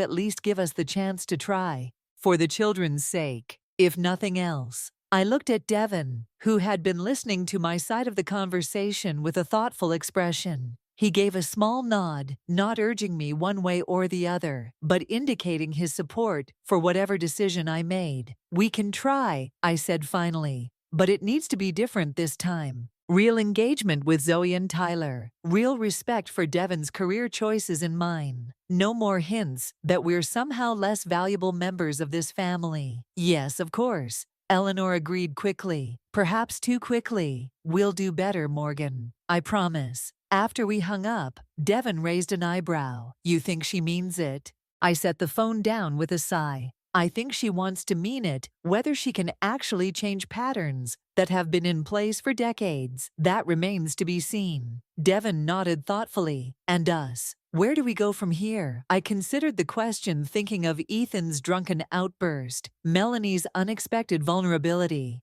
Richard and Eleanor's attempts at reconciliation, all catalyzed by the simple fact of my professional identity finally being recognized. We keep standing in our truth, I said finally. We maintain our boundaries, and we give them the opportunity to meet us where we are, not where they want us to be. Later that night, as Devin slept beside me, I found myself wide awake, replaying the events of the past week. My mind kept returning to that moment in the interview room, when Melanie had first seen me, really seen me in my element. The shock in her eyes, the recalibration of everything she thought she knew about me. In that moment, something fundamental had shifted, not just for Melanie or the Caldwells, but for me as well. After years of compartmentalizing my life, of accepting diminishment in family spaces while thriving professionally, I had finally integrated these separate worlds. I no longer needed to make myself smaller to accommodate the Caldwell family mythology. I could simply be who I was, executive director, mother, wife, without apology or explanation. Whether they chose to accept that version of me was their decision, not my responsibility. With that thought, I finally drifted towards sleep, feeling oddly liberated. Whatever came next with the Caldwells' reconciliation or further conflict, I would face it as my whole authentic self. The family embarrassment had become the family catalyst, and there was no going back from here. The weekend passed quietly after Friday night's dramatic dinner. Devin and I deliberately kept our schedule focused on the kids, taking them to the park, helping Zoe with her art project, building a model rocket with Tyler that Devin had brought back from his conference. Neither of us mentioned the Caldwell family drama in front of the children, though we debriefed and hushed voices after they went to bed each night. I'd expected a flurry of calls and texts from Eleanor or Richard, perhaps even Ethan once he'd sobered up. But there was only one message all weekend, a brief text from Melanie on Sunday afternoon. Ethan and I are going to try counseling his idea. Surprisingly, thank you again for Friday night. By Monday morning, returning to work felt like stepping into a different world, one where family dynamics and personal relationships took a back seat to quarterly projections and marketing strategies. I welcomed the shift in focus, throwing myself into preparations for finalizing the John contract with an intensity that even Olivia noticed. "You're even more laser-focused than usual," she commented, dropping off a stack of reports on my desk. "Everything okay? Just a busy weekend," I replied vaguely. "Has Diana made a decision about the PR manager position yet?" Olivia raised an eyebrow at my transparent attempt to change the subject, but played along. "Thompson's conducting final interviews. Today, I hear your sister-in-law is still in the running news. Traveled fast at Vertex." I kept my expression neutral. "Good to know. No, she's well qualified, and it's not awkward at all that she'd be working in the same company as you." Olivia's tone was light, but curious. I considered the question more seriously than Olivia probably expected. A week ago, the thought of Melanie working at Vertex would have been unimaginable. Two separate worlds colliding in potentially disastrous ways. But after Friday night's implosion at the Caldwell dinner, after seeing Ethan's insecurities laid bare and Melanie's unexpected vulnerability, the prospect seemed less threatening. It might have been awkward once I admitted, but things are evolving on that front. Before Olivia could press for details, Marcus appeared in my doorway, looking unusually serious. Morgan got a minute in my office. I followed him down the hallway, mentally reviewing any potential issues that might require the CEO's direct attention. When we entered his office, I was surprised to find Diana already there, her expression equally solemn. "Close the door, please," Marcus said, gesturing for me to take a seat. "We have a situation I wanted to discuss with you directly." A flicker of concern moved through me. "What's going on?" Marcus and Diana exchanged a glance before he continued. "I received a call this morning from Richard Caldwell." My stomach dropped. "My father-in-law." Yes, he mentioned the connection. Marcus's expression was carefully neutral. He was inquiring about employment opportunity guys for his daughter-in-law, Melanie Caldwell. Specifically, he wanted to know if there was anything he could do to facilitate her candidacy for the PR manager position. I closed my eyes briefly, mortification washing over me after everything. The dramatic confrontation at dinner, Eleanor's apology, the supposed new leaf they were turning over. Richard was still pulling strings, still operating according to the old Caldwell playbook. "Marcus, I had no idea he would do this." "I'm so sorry." Marcus waved away my apology. "I know that, Morgan. That's not why I called you in here. I wanted to let you know how I handled it, given the delicate family dynamics involved. Diana leaned forward. We felt it was important to be transparent with you, especially since you've already disclosed your relationship to the candidate.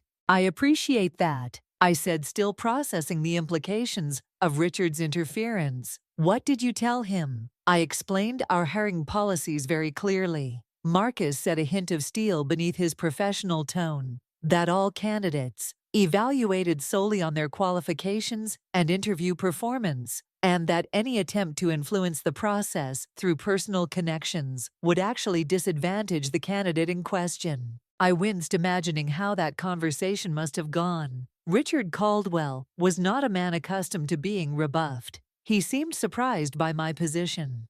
Marcus continued, a wry smile touching his lips. Apparently, in his legal circles, these sorts of professional courtesies are common practice. I'm sure they are. I murmured, thinking of the many ways the Caldwell influence had opened doors throughout Ethan's career, doors that Devon had deliberately chosen not to walk through. The thing is, Diana interjected, Thompson completed his final interviews this morning before Richard's call, and he selected Melanie for the position. Based solely on her qualifications and performance, I blinked, absorbing this information. So Richard's call was not only inappropriate, but completely unnecessary. Exactly. Marcus nodded. And now we have a decision to make. Given this attempted outside influence, should we reconsider Thompson's selection, or do we proceed as planned, knowing that the selection was made before any interference occurred? I understood immediately why they had called me in as an executive who had personally disclosed a conflict of interest. With this candidate, my input would carry significant weight. May I ask who made the final decision on hiring? I asked carefully.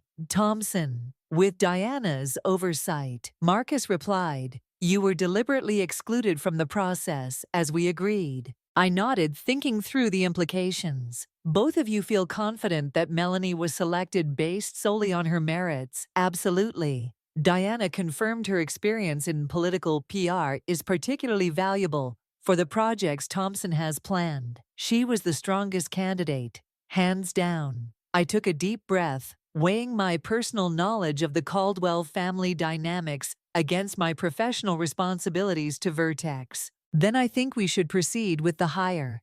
Penalizing Melanie for Richard's inappropriate behavior would be unfair, especially when she likely has no idea he made that call. Marcus studied me for a moment. You're sure about this? It won't create complications for you personally? The question was asked with genuine concern rather than professional calculation. In the 6 years I'd worked with Marcus, he had always respected the boundaries between work and personal life. Complications are already there, I said honestly, but they're not Vertex's problem to solve. Melanie deserves to be judged on her own merits, not her connection to me or Richard's attempts at influence. Marcus nodded, seeming satisfied with my response. Good, that's what I was thinking as well. Diana will proceed with the offer today. As I returned to my office, I debated whether to call Devon immediately or wait until I got home to discuss this latest development. Before I could decide, my phone buzzed with a text from Eleanor Morgan. Would it be possible for us to have lunch this week? Just the two of us. There are some things I'd like to discuss.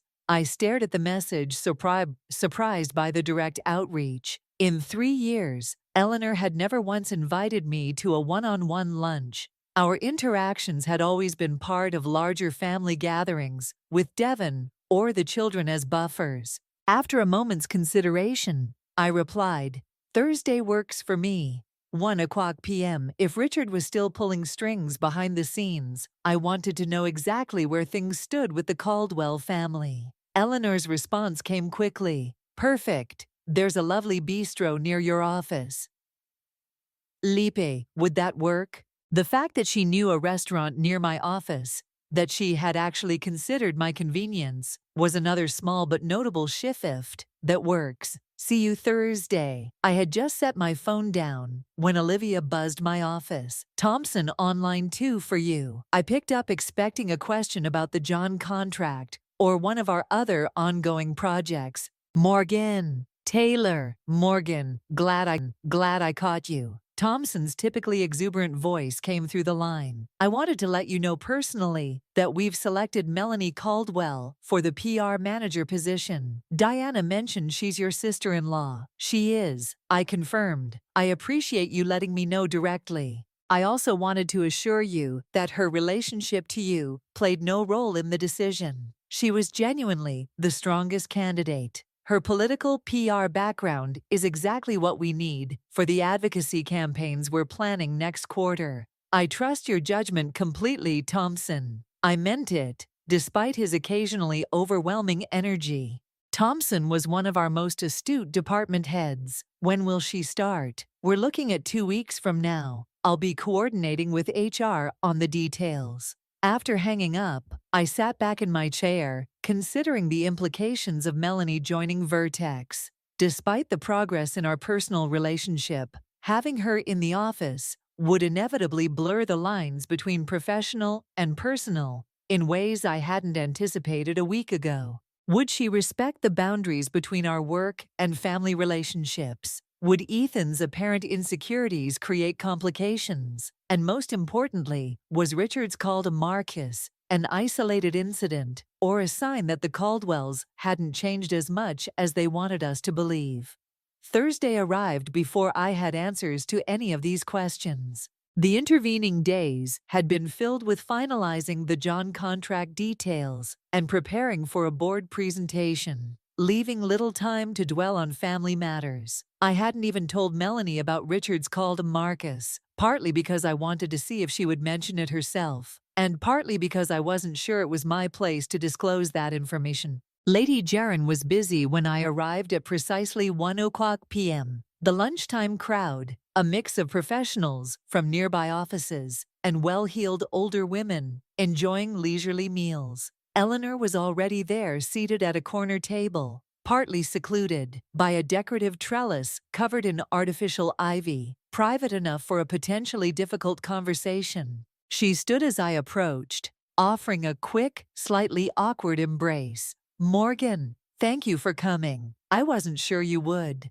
After Friday night, I settled into the chair across from her, noting that Eleanor looked less polished than usual, still elegant in her cashmere sweater and pearls, with a tiredness around her eyes that makeup couldn't quite conceal. "I thought it might be good for us to talk directly," I said, keeping my tone neutral. A server appeared to take our drink orders, sparkling water for me, white wine for Eleanor. When he departed, Eleanor folded her hands on the table, her wedding and engagement rings catching the light. "I want to apologize again for Friday night," she began. "Ethan's behavior was inexcusable." "It was," I agreed, "but I think it was also revealing." Eleanor raised an eyebrow. "Revealing about the dynamics in your family, about the pressures and expectations that have been building for years." I paused as the server returned with our drinks and took our lunch orders. When he left again, I continued. "Ethan's outburst didn't happen in a vacuum." "Eleanor," she sipped her wine, a flash of discomfort crossing her features.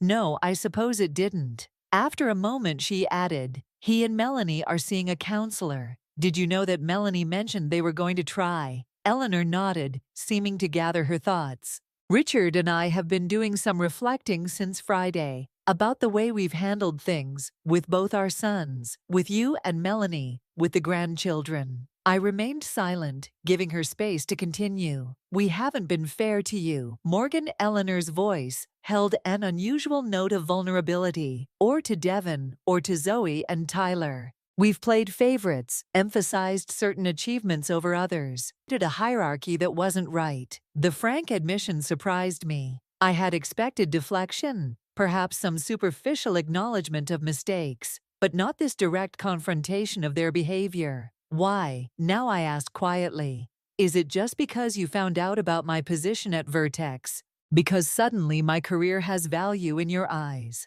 Eleanor flinched slightly. "I deserved that, and yes, learning about your executive role was a wake-up call. It forced us to recognize how little attention we've paid to your work, your accomplishments." She hesitated. "But it's more than that. Seeing Ethan like that, so angry, so afraid of losing his position as the golden child, It made us realize what we've created, what we've incentivized in our family.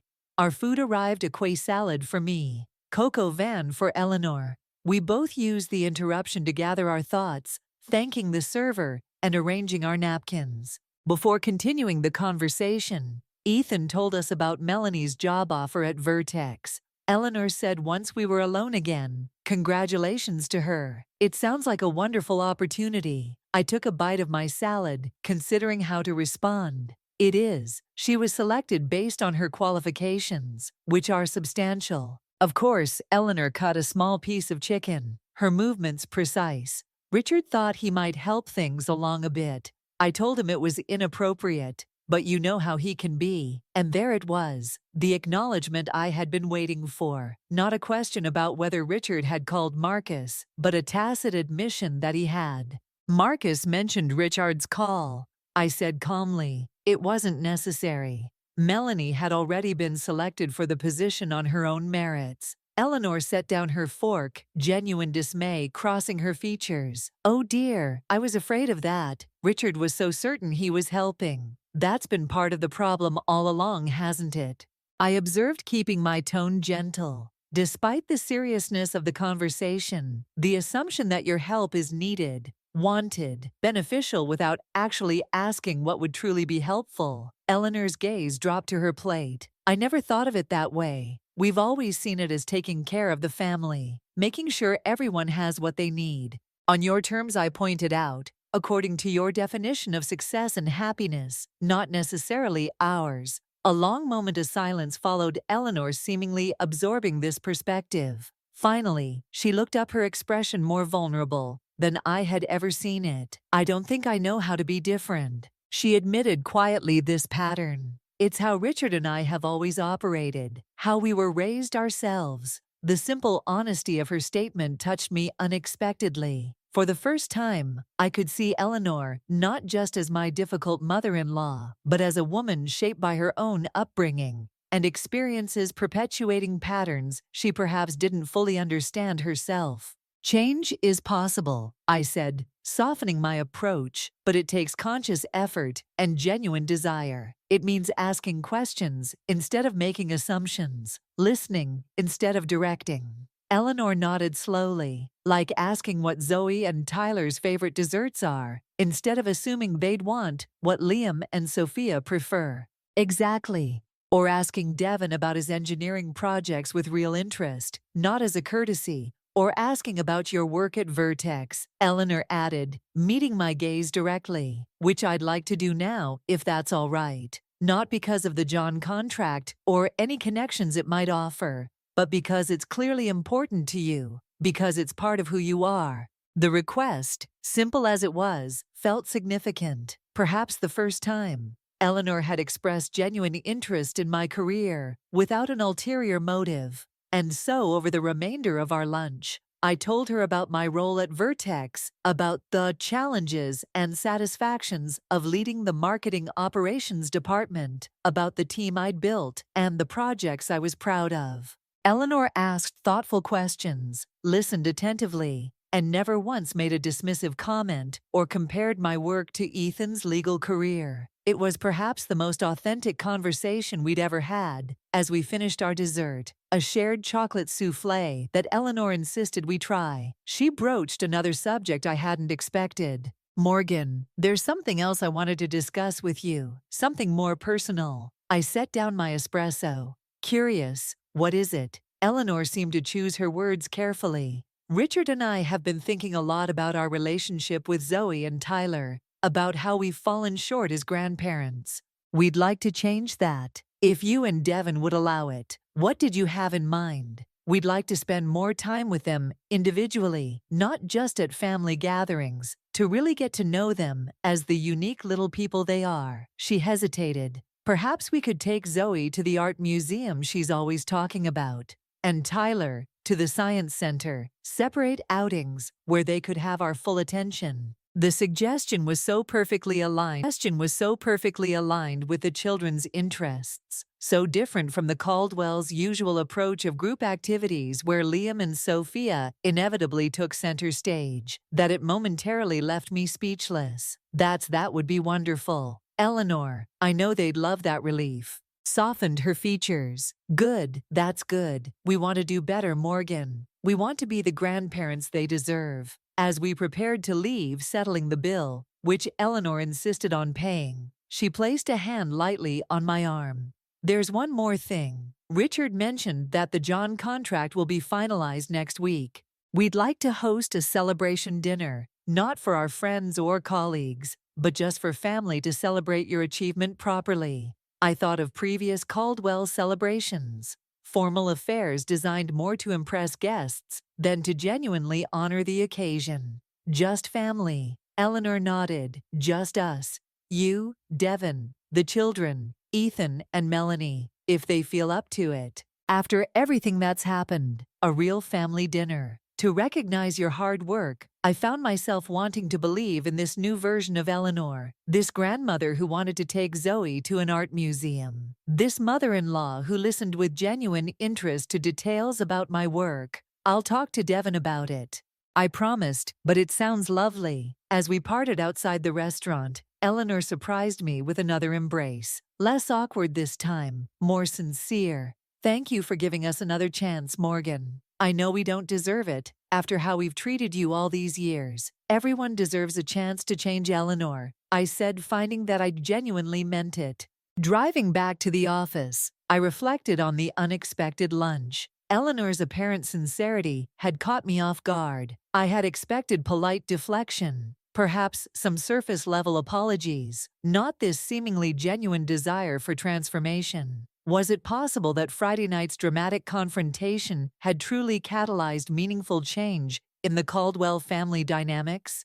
I was still pondering this question when I arrived back at Vertex to find Diana waiting in my office. Her expression troubled everything. Okay, I asked, setting down my bag. We have a situation with the PR manager position, she said without preamble. Melanie Caldwell just called to decline our offer. I blinked in surprised decline, but she was so excited about the opportunity. Diana nodded, sharing my confusion. That's what made her call so strange. She was clearly upset, said something about it not being the right time, and needing to focus on her family right now. A cold suspicion formed in my mind. Did she mention anything else? Anyone else? No, but she sounded. Diana searched for the right word. Constrained, like someone who's choosing their words very carefully. I pulled out my phone, finding no messages from Melanie after Eleanor's lunch conversation. After the apparent progress in Ethan and Melanie's relationship,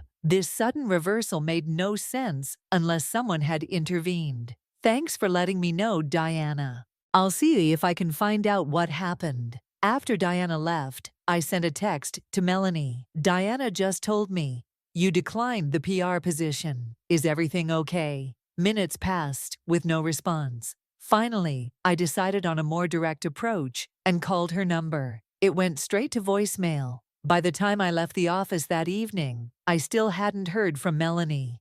The contrast between Eleanor's seemingly heartfelt lunch conversation and Melanie's mysterious withdrawal from the job offer created a dissonance I couldn't reconcile. Had Ethan pressured her to decline? Had Richard or Eleanor? Despite their apparent change of heart, Devon was already home when I arrived, helping Zoe with her homework at the kitchen table, while Tyler colored beside them. The simple domestic is seen, my family engaged in their evening routine, safe and content in our home, brought a rush of gratitude. That momentarily pushed aside my concerns about the Caldwells. Hey you, Devon greeted me with a smile. How was your lunch with Mom? Surprisingly good. Actually, we can talk about it after the kids go to bed. I dropped a kiss on his head, then on Zoe's and Tyler's. What are we working on here? Fractions, Zoe declared with a dramatic sigh. They're the worst. They're not so bad once you get the hang of them, I assured her, setting down my bag and joining them at the table. The evening unfolded with its usual rhythm. Homework, dinner, bath, time for the kids, story time. then finally quiet, as Devon and I settled on the couch with glasses of wine. I recounted my lunch with Eleanor, her seemingly genuine apologies, desire to change her specific suggestions about spending individual time with Zoe and Tyler. Devon listened without interrupting his expression. Thoughtful. Wow, that sounds promising. More specific and thoughtful than I would have expected from Mom. That's what I thought too. But then something strange happened. I told him about Melanie's unexpected withdrawal from the job offer, her lack of response to my outreach. Devon frowned. That doesn't make sense. She was so excited about the opportunity, about having something that was hers alone. Exactly. It feels like someone might have pressured her to decline. Ethan. Devon suggested immediately he was pretty unhinged at dinner on Friday. Maybe he's still threatened by your influence on Melanie. I considered this, recalling Melanie's text about them seeking counseling maybe, but they seem to be working through things. And your mom mentioned they were seeing a counselor, which could be making Ethan even more defensive. Devon pointed out therapy has a way of bringing issues to the surface before they get better. Before I could respond, my phone rang, Melanie's number flashing on the screen. I exchanged a glance with Devon before answering Melanie. Is everything okay? No, her voice was hushed, as if she were trying not to be overheard, but I can't really talk right now. Can we meet tomorrow? Coffee before work, of course. The Starbucks in my building lobby at 7:30. Perfect. And Morgan, come alone please. The call ended abruptly, leaving me staring at the phone in confusion. Devon raised an eyebrow in silent question. She wants to meet for coffee tomorrow morning alone. She sounds stressed. Devon sighed, running a hand through his hair. I was really hoping things were improving after the counseling news. This feels like another wave of drama coming. I know, but I'm curious about what happened with the job. It doesn't align with anything she said or done in the past week. Devon studied me for a moment, a small smile playing at his lips. You really care what happens to her, don't you? Despite everything, the observation caught me off guard. A week ago, I would have said, Melanie was the last person I'd feel invested in. But seeing her vulnerability, her genuine desire for something of her own, it had humanized her in ways I hadn't expected. I think I just see her more clearly now, I said finally, not as the perfect Caldwell daughter-in-law, but as someone who's been shaped and constrained by the same family pressures that affected you, just in different ways. Devon nodded slowly. The golden child and the black sheep, two sides of the same dysfunctional coin. Exactly. And now that she's questioning her role in that dynamic, I can't help but want to support that growth. Just be careful, Devon cautioned. Whatever's going on with Melanie and Ethan right now seems volatile. Don't get pulled too deeply into their drama.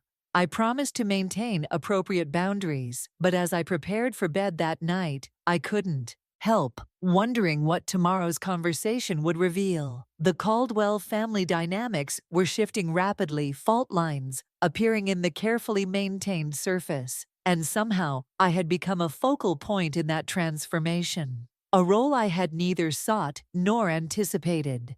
As I drifted towards sleep, I realized that regardless of what Melanie shared tomorrow, I was no longer the outsider, desperately seeking acceptance from the Caldwell family. Somehow in the past week, I had stepped into my own power within that system, not as Devon's wife or the children's mother, but as Morgan Taylor, a woman whose worth wasn't determined by anyone else's assessment. It was a subtle but profound shift, one that would shape whatever came next in this evolving family drama. And for the first time since I'd met the Caldwells, I felt truly ready to face it on my own terms. The Starbucks in my building lobby was already bustling with the morning rush. When I arrived at 7:25, I secured a table in the corner, positioning myself to watch the entrance while sipping my latte. Despite my outward calm, questions churned inside me. Why had Melanie suddenly declined a job? She'd been so excited about what had happened in the Caldwell household. Since our last communication at precisely 7:30, Melanie pushed through the door. Her appearance startled me. Gone was the perfectly coiffed sister-in-law I'd known for years. This Melanie wore minimal makeup, her hair pulled back in a simple ponytail, dressed in jeans and a sweater, rather than her usual designer attire. But it was the shadows under her eyes that truly caught my attention. Evidence of sleepless nights and hidden struggles. "Thanks for meeting me," she said, sliding into the seat across from me. "I got your messages yesterday. I'm sorry I couldn't respond. I was concerned," I admitted, pushing a seat toward her. I'd ordered her drink based on what she'd chosen. "During our previous coffee shop conversation, Diana said you declined the PR position. What happened?" Melanie wrapped her hands around the cup, seeming to draw comfort from its warmth. "Ethan happened." She took a deep breath, visibly gathering herself. "After Friday night's disaster at Richard and Eleanor's, things were actually improving between us. The counseling was helping. He seemed to be processing everything, coming to terms with the changes." I nodded, encouraging her to continue. "Then yesterday morning, Richard called." Her expression hardened slightly. "He told Ethan he'd put in a good word for me at Vertex, spoken to Marcus directly about my candidacy. He presented it as some grand paternal gesture. I see the pieces were starting to fit together. Ethan was furious, not at Richard, but at me, accused me of using family connections to get the job, of undermining the Caldwell name." Somehow she laughed without humor. "The irony is staggering. Ethan's entire career has been built on Richard's connections, but when I supposedly benefit from them, suddenly it's shameful." "But you didn't ask Richard to call," I pointed out, "and you had already earned the position on your own merits. I know that you know that." But in Ethan's mind, once Richard got involved, the entire thing became tainted. Melanie sipped her latte, her gaze distant. "He said I had to choose my marriage or the job." I couldn't hide my shock. "He gave you an ultimatum." "Not in so many words, but the message was clear." Her voice dropped lower. "I've spent 7 years being the perfect Caldwell wife, Morgan. I don't know who I am outside of that identity.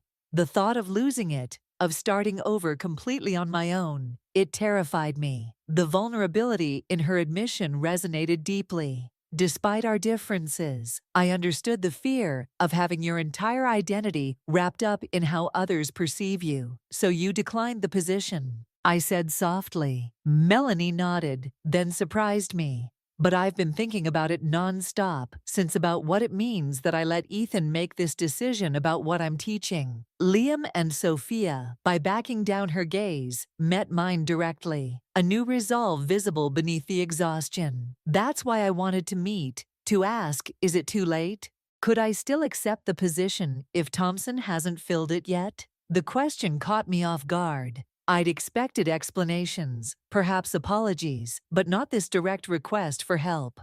"Technically, yes. Diana hasn't moved to the second choice candidate yet." I studied her carefully. "But Melanie, what about Ethan? What about his ultimatum?" Something shifted in her expression. A hardening, a determination I'd never seen before. "I love my husband Morgan, but I'm done letting the Caldwell men dictate my choices. If Ethan truly loves me, he'll support my career the way Devon has always supported yours. And if he doesn't," she swallowed hard, "then maybe our marriage isn't what I thought it us." The courage in her stance, this woman who had always played by the Caldwell rules, now standing firmly in her own truth, was remarkable. But I still had concerns. "What about Richard and Eleanor? How will they react?" Melanie smiled thinly. "That's the other reason I wanted to talk to you. Eleanor called me yesterday afternoon, after my conversation with Ethan, after I declined the position. She asked why I'd turned down such a perfect opportunity. This surprised me." "What did you tell her?" "The truth about Ethan's reaction, about feeling trapped between my marriage and my career aspirations." Melanie's eyes shone with unexpected tears. "And do you know what she said? That I should reconsider. That a marriage built on ultimatums and control wasn't healthy. She and Richard had made mistakes with both their sons, fostering competition instead of support, and she didn't want to see those patterns continue in the next generation." I sat back, absorbing this after my lunch with Eleanor. I'd sensed genuine reflection, but this level of insights surpassed my expectations. "That sounds like growth," I said finally. "It was shocking." Melanie agreed. Eleanor has always been the one enforcing the Caldwell rules, maintaining appearances at all costs. To hear her encouraging me to prioritize my own fulfillment over Ethan's ego, I hardly recognized her. We sat in contemplative silence for a moment, both processing the rapid evolution in family dynamics. Finally, I leaned forward. If you want the PR position, I'll speak with Diana today. Explain that there was a misunderstanding, that you're still interested. Relief and gratitude washed over Melanie's face. Thank you, Morgan. I know I haven't earned your support, not after how I've treated you all these years. Everyone deserves a chance to redefine themselves. I said simply, I'm just returning the favor Eleanor extended to me yesterday as we prepared to leave. Melanie hesitated. There's one more thing. Eleanor mentioned a family dinner to celebrate your Jan contract. Will you and Devin be there? I nodded. We're considering it. She seemed genuinely interested in celebrating the achievement, not just using it for social currency. I'd like to be there too, Melanie said decisively, with or without Ethan, to show my support for you publicly in front of the family. Her words carried the weight of a declaration, a clear break from the united front. The Caldwells had always presented. That would mean a lot to me, I acknowledged. But are you prepared for the potential fallout? Melanie straightened her shoulders, a glimpse of her old confidence returning, but now directed toward a worthier purpose. I spent years helping maintain the Caldwell facade. It seems fitting that I helped dismantle it too. With that, we parted ways, Melanie, to confront whatever awaited her at home. Me to navigate the professional implications of her renewed interest in the PR position. As I rode the elevator to my office, I marveled at how thoroughly my understanding of my sister-in-law had transformed. In just 1 week, the perfect Melanie, who had once seemed so unreachable, so judgmental, was revealing herself to be a woman in transition, finding her voice, her boundaries, her true priorities. Diana was receptive to my explanation about Melanie's changed circumstances, agreeing to reconnect with her about the position. When I asked if Richard's inappropriate call had influenced Thompson's decision-making in any way, she shook her head firmly. Marcus made it very clear to Thompson that the selection needed to be based solely on qualifications. Richard's interference, if anything, created extra scrutiny of Melanie's candidacy scrutiny. She passed with flying colors. By lunchtime, the situation was resolved. Melanie had formally accepted the position and would start in 2 weeks as planned. I texted Devin the update, adding something significant is shifting in your family. Melanie is standing up to Ethan. Eleanor is encouraging her. I'm still processing what it all means. His response came quickly. Miracles do happen. Cautiously optimistic, but keeping expectations low. Love you. Devin's measured reaction reflected. Our shared experience with the Caldwells, years of disappointment, had taught us to protect ourselves from hoping too much too quickly. But as the day progressed, I found myself genuinely looking forward to Eleanor's celebration dinner, curious to see how these evolving dynamics would play out in person. The dinner was scheduled for Saturday evening, a deliberate choice to accommodate the children's schedules. Another small but significant indication of Eleanor's changing priorities. When we arrived at the lakefront home, the atmosphere was noticeably different from previous gatherings. Instead of the formal dining room, with its intimidating table settings and rigid seating arrangements, Eleanor had set up dinner in the more casual garden room, with its wall of windows overlooking the water. Grandma Zoe ran ahead as we entered, showing none of her usual hesitation around Eleanor. I brought my new sketches to show you. Eleanor knelt to her level, another departure from past behavior. Received the sketchbook with genuine enthusiasm. I can't wait to see them, sweetheart. Thinking about our art museum trip, I found an exhibition of women painters. I think you might enjoy the simple exchange. The natural warmth between grandmother and granddaughter brought an unexpected lump to my throat. This was what I had always wanted for my children. Grandparents who saw and celebrated them for exactly who they were. Richard appeared from his study greeting Devin with a handshake that transformed into an awkward but sincere hug. Son, good to see you. He turned to Tyler, who was partially hiding behind Devon's legs. And there's my rocket scientist. Your grandmother tells me you've been building model rockets with your dad. Tyler emerged cautiously. Yeah, we made one that went super high. I'd love to see that sometime. Richard said, his interest appearing genuine rather than perfunctory. Perhaps we could launch one together during your visit to the Science Center next weekend. These small moments of connection continued throughout the evening. The conversation flowed naturally, touching on everyone's interests rather than revolving exclusively around Richard's work or Ethan's accomplishments. When the topic turned to the John contract, Eleanor raised her glass. In a toast that felt authentic rather than performative to Morgan, she said simply, whose talent and dedication have brought such wonderful opportunities to her company. We are proud of you, dear. The words I had waited 3 years to hear, not just acknowledgement, but genuine pride in my accomplishments. Devon squeezed my hand under the table, his eyes reflecting my own mixture of emotion and cautious hope.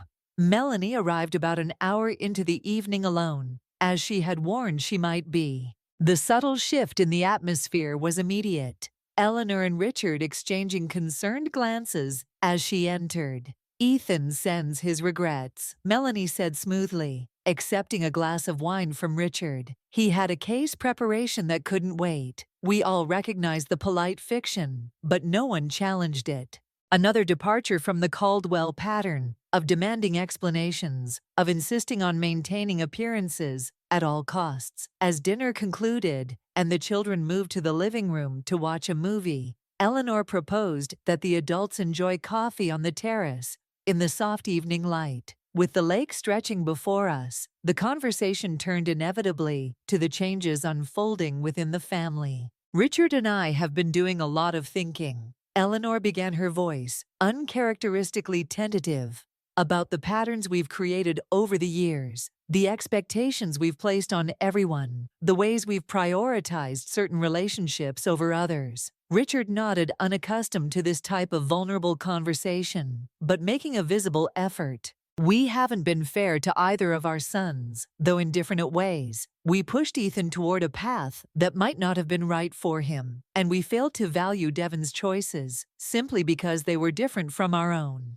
And we've been equally unfair to both of you, Eleanor added, looking between Melanie and me, expecting Melanie to conform to an outdated idea of a proper wife, while dismissing Morgan's incredible talents and achievements. The frank acknowledgement hung in the evening air, more powerful for its simplicity.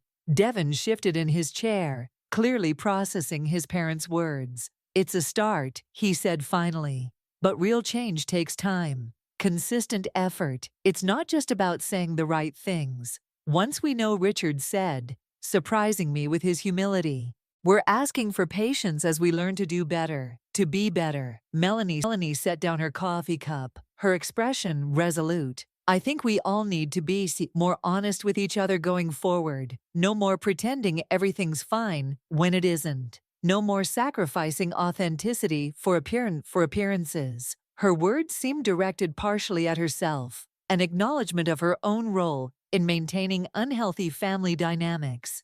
Eleanor reached across the table to touch her hand gently. How are things with Ethan? She asked directly, another break from the Caldwell tradition of avoiding uncomfortable truths. Melanie took a deep breath. Difficult. He's struggling with all these changes in the family, in our marriage, in his self-perception. The counseling is helping, but it's bringing up a lot of painful realizations about the pressure we put on him. Richard acknowledged quietly the impossible standards. Yes, Melanie confirmed. And about how those patterns have shaped his expectations in our marriage. He's trying, Richard, but his absence tonight is a setback. Eleanor finished for her, but not the end of the story. As the conversation continued, weaving through difficult truths, tissues, and cautious hopes, I found myself observing more than participating. This new openness, this willingness to examine long-established patterns. It felt both foreign and deeply refreshing. Whether it would last remained to be seen,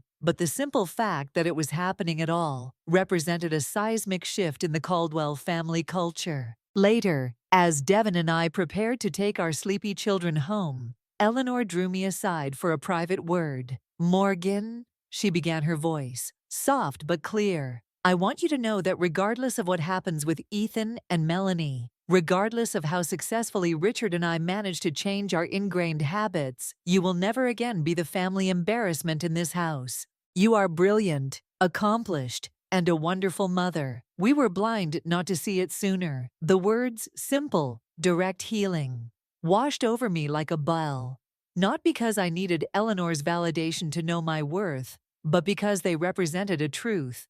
Finally acknowledged that the problem had never been me, but the narrow lens through which the Caldwells had chosen to view the world. "Thank you, Eleanor," I said simply. "That means a lot to me." As we drove home, Zoe and Tyler, already asleep in the back seat, Devin reached for my hand across the console. So he said quietly, "What do you think? Is this change real?" I considered the question carefully, thinking of Eleanor kneeling to look at Zoe's drawings, of Richard's genuine interest in Tyler's rockets, of the frank conversations about painful family patterns. "I think it's a beginning," I answered honestly. "Whether it lasts depends on everyone's commitment to the process, including ours. But yes, I believe something genuine is happening." Devin nodded, his expression thoughtful. "And Melanie, this new independence she's finding, do you think that will last?" "That's her journey to navigate," I said, "but having spent time with her lately, seeing the real person beneath the perfect facade, I'm rooting for her." We fell into comfortable silence, the sleeping city passing by our windows. After a moment, Devin spoke again, his voice filled with quiet conviction. "You know, it's ironic. All these years they saw you as the family embarrassment, when really you've been the catalyst for something important, something healing." The observation resonated deeply, standing firmly in my truth as a professional, as a mother, as a woman who refused to diminish herself to fit others' expectations. I had inadvertently created space for others to question long-held patterns, for Melanie to seek fulfillment beyond her role as a Caldwell wife, for Eleanor and Richard to reconsider their rigid definitions of success and family loyalty. Sometimes the person who doesn't fit the mold ends up reshaping it for everyone. I mused. Devin squeezed my hand, his smile visible in the dim light from the dashboard. Their loss all these years, but maybe not anymore. As we pulled into our driveway, our sleeping children in the back seat, our modest but beloved home waiting to receive us, I felt a sense of completion that had nothing to do with winning the Maud Caldwell's approval. My worth had never depended on their recognition, but there was something undeniably healing about finally being seen clearly, about family relationships evolving towards something more authentic and supportive, whatever came next. Whether Ethan eventually joined this family transformation, whether Richard and Eleanor's efforts at change proved lasting, whether Melanie found a balance between her marriage and her newfound independence, I would face it not as an outsider seeking acceptance, but as a woman secure in her own value, leading by example rather than seeking validation. The family embarrassment had become the family catalyst, and in that unexpected role I had found not just acceptance, but something far more precious, the power to help transform a family culture for the next generation. Up next, you've got 2 more standout stories right on your screen. If this one hit the mark, you won't want to pass these up. Just click and check them out.